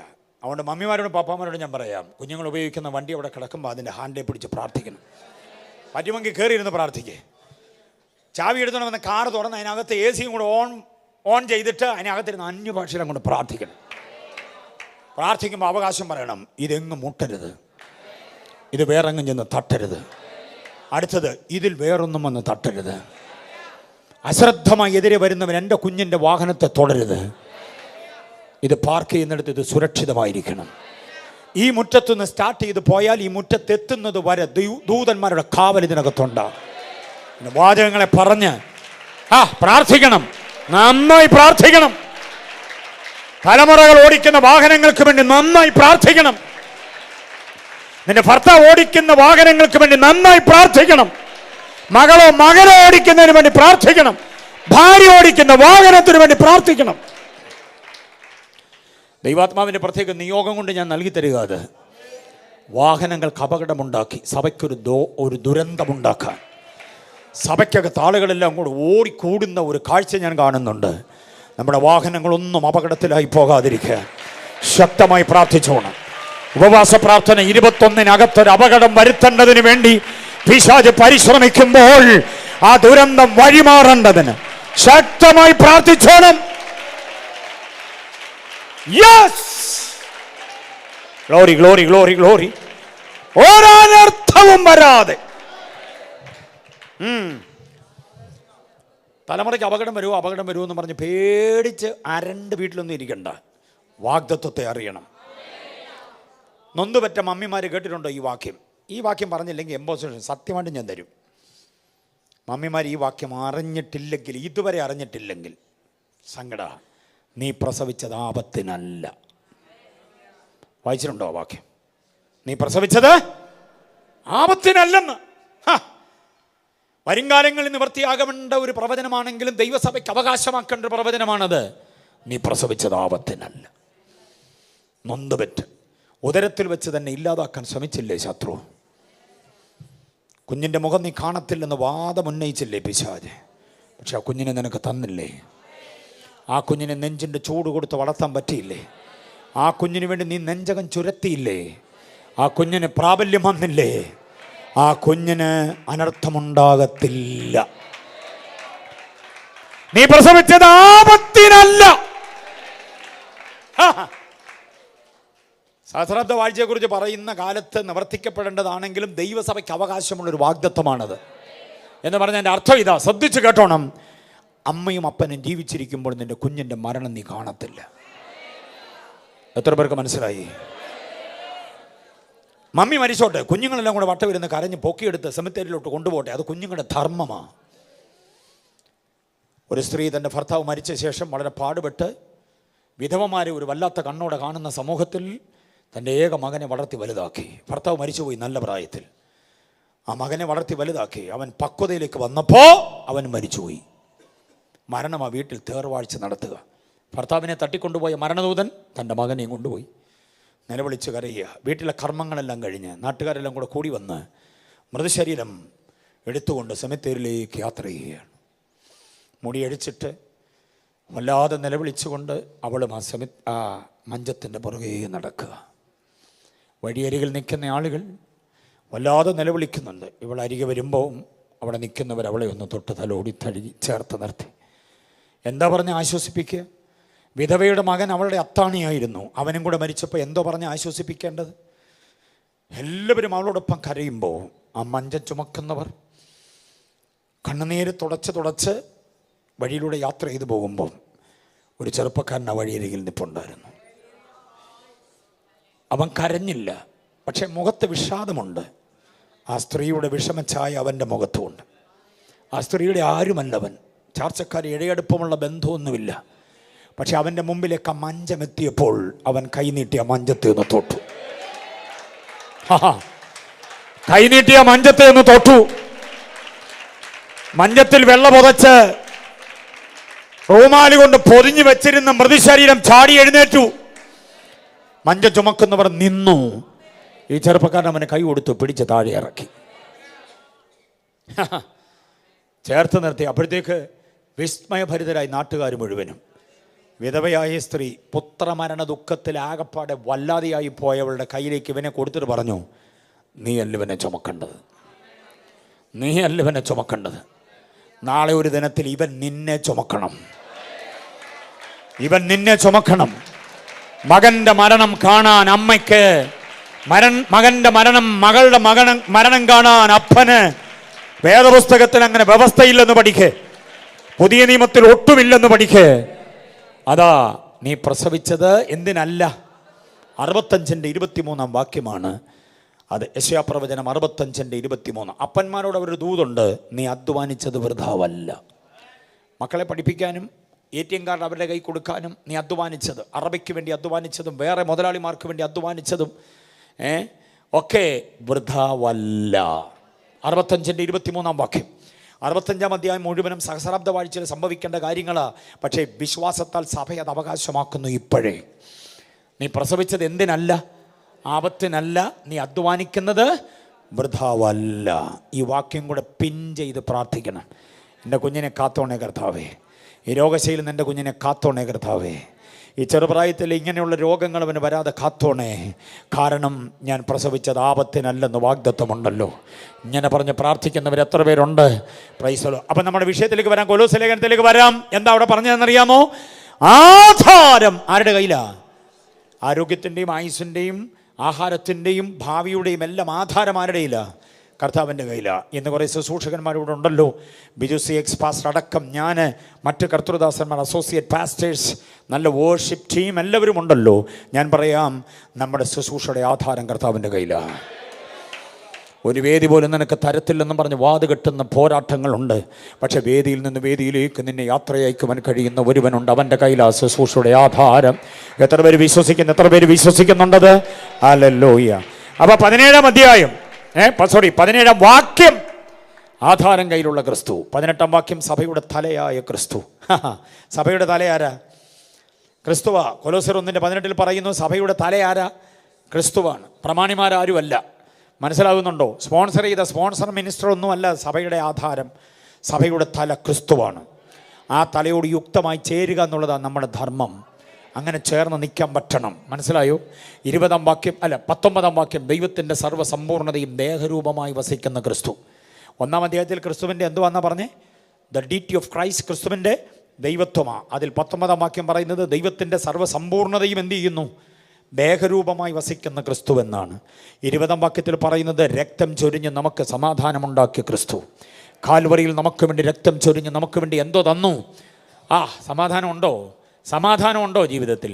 ക്രിസ്തുവുമായിട്ടുള്ള ആന്തരിക ബന്ധത്തിൻ്റെ അനന്തരഫലമാണ് സമാധാനം. ക്രിസ്തുവുമായിട്ടുള്ള ആന്തരിക രമ്യതയുടെ അനന്തരഫലമാണ് സമാധാനം. കാരണം ക്രിസ്തു സമാധാന പ്രഭുവാണ്. കർത്താവ് നമുക്ക് സമാധാനം തന്നിരിക്കുന്നു. കുടുംബത്തിൽ സമാധാനം വേണം, സഭയിൽ സമാധാനം വേണം, നാട്ടിലും വീട്ടിലും സമാധാനം വേണം. മക്കളെ, നിങ്ങളുടെ വിദ്യാഭ്യാസത്തിൽ സമാധാനം വേണം. സുഹൃത്തെ, താങ്കളുടെ ബിസിനസ്സിൽ സമാധാനം വേണം. എല്ലാ മേഖലയിലും എന്തോ വേണം? ക്രിസ്തുവുമായിട്ടുള്ള ആന്തരിക രമ്യതയുടെ അനന്തരഫലം സമാധാനമാണ്. അതാണ് 19-ാം വാക്യം. 20-ാം വാക്യം എന്തുവാ? അതാ സമാധാനം ഉണ്ടാക്കിയെന്നുള്ളത്. 21, 22 വാക്യം നമ്മെ ദൈവത്തോട് നിരപ്പിച്ച ക്രിസ്തു. കണ്ടോ? നമ്മെ ക്രൂശിൽ ചൊരിഞ്ഞ രക്തം. അത് 20-ാം വാക്യം. 21, 22 ഒരുമിച്ച് പറയുന്നത്, മുമ്പേ ദുഷ്പ്രവൃത്തികൾ മനസ്സുകൊണ്ട് അകന്നവരും ശത്രുക്കളുമായിരുന്ന നിങ്ങളെ ദൈവത്തോട് എന്തോ ചെയ്തു? നിരപ്പിച്ചു. റെക്കൺസിലിയേഷൻ വിത്ത് ഗോഡ് എന്നതാണ്. ദൈവമായിട്ട് നമ്മളെ നിരപ്പിച്ചത് ക്രിസ്തുവാ. കാൽവറിയിൽ ഏറ്റവും പരമയാഗത്തിൻ്റെ ആത്യന്തിക ലക്ഷ്യം അതായിരുന്നു എന്ന് നമ്മൾ തിരിച്ചറിയണം. മനസ്സിലായോ? 27-ാമത് വാക്യത്തിൽ പറയുന്നത് മഹത്വത്തിൻ്റെ പ്രത്യാശയായ ക്രിസ്തു നിങ്ങളിൽ വസിക്കുന്നു. അപ്പം നമ്മിൽ അധിവാസം ചെയ്യുന്ന ക്രിസ്തു. 9-ാമത്തെ ദിവസത്തിൽ എത്ര പേർക്ക് ബോധ്യമുണ്ട് ക്രിസ്തു ആകത്തുണ്ടെന്ന്? ക്രിസ്തു ആകത്തുണ്ടെന്ന് ബോധ്യമുണ്ടോ? ക്രിസ്തു ആകത്ത് വസിക്കുന്നു. ഞാൻ സ്തോത്രം ചെയ്യുമ്പോൾ എൻ്റെ വെളിപ്പുറത്ത് വരുന്ന ഒരു ദേവനല്ല യേശു, എൻ്റെ ഉള്ളിൽ വസിക്കുന്നവനാ ക്രിസ്തു. ഹല്ലേലൂയ. ഇത്രയും, ഇനി ശ്രദ്ധിച്ച് എൻ്റെ ഉപദേശം കേട്ടെ, ഇത്രയും ഔന്നത്യമുള്ള ക്രിസ്തു 12 മുതൽ ഇങ്ങോട്ട് അക്കമിട്ട് പറഞ്ഞ് ഇത്രയും കാര്യങ്ങളിൽ ഔന്നത്യമുള്ളവൻ നമ്മുടെ അകത്ത് വസിക്കണമെങ്കിൽ നമ്മുടെ അകം അതിന് ഭാഗമാകണം. മനസ്സിലായോ? അനാവശ്യമായതൊന്നും അകത്ത് വെച്ചുകൊണ്ടിരുന്ന ക്രിസ്തു അകത്ത് വസിക്കത്തില്ല. നമ്മുടെ യാഗം പുറം ശുദ്ധമാണെങ്കിൽ, സംശുദ്ധമാണെങ്കിൽ കർത്താവ് നമ്മുടെ അകത്ത് എന്തോ ചെയ്തോളും, വസിച്ചോളും. മഹത്വത്തിൻ്റെ പ്രത്യാശയ ക്രിസ്തു എവിടെ വസിക്കുന്നു? നമ്മളിൽ വസിക്കുന്നു എന്നത്. ഇനിയും 28-ാം വാക്യം, നമ്മെ തികഞ്ഞവനാക്കുന്ന ക്രിസ്തു. കണ്ടോ, നമ്മെ ക്രിസ്തുവിൽ എന്തോ ആക്കുന്നു? സ്തോത്രം. ഉപവാസ പ്രാർത്ഥന തികവിന് വേണ്ടിയാകട്ടോ. വന്നു ഭവിച്ച പോരായ്മകൾക്ക് എന്തോ ഉണ്ടാകണം? തികവുണ്ടാകണം. 28-ാമത് വാക്യം അങ്ങനെ പറയുക, തികഞ്ഞവനാക്കുന്ന ക്രിസ്തുവാണ് നമ്മുടെ ക്രിസ്തു. തികഞ്ഞവനാക്കുക. ഹല്ലേലൂയ.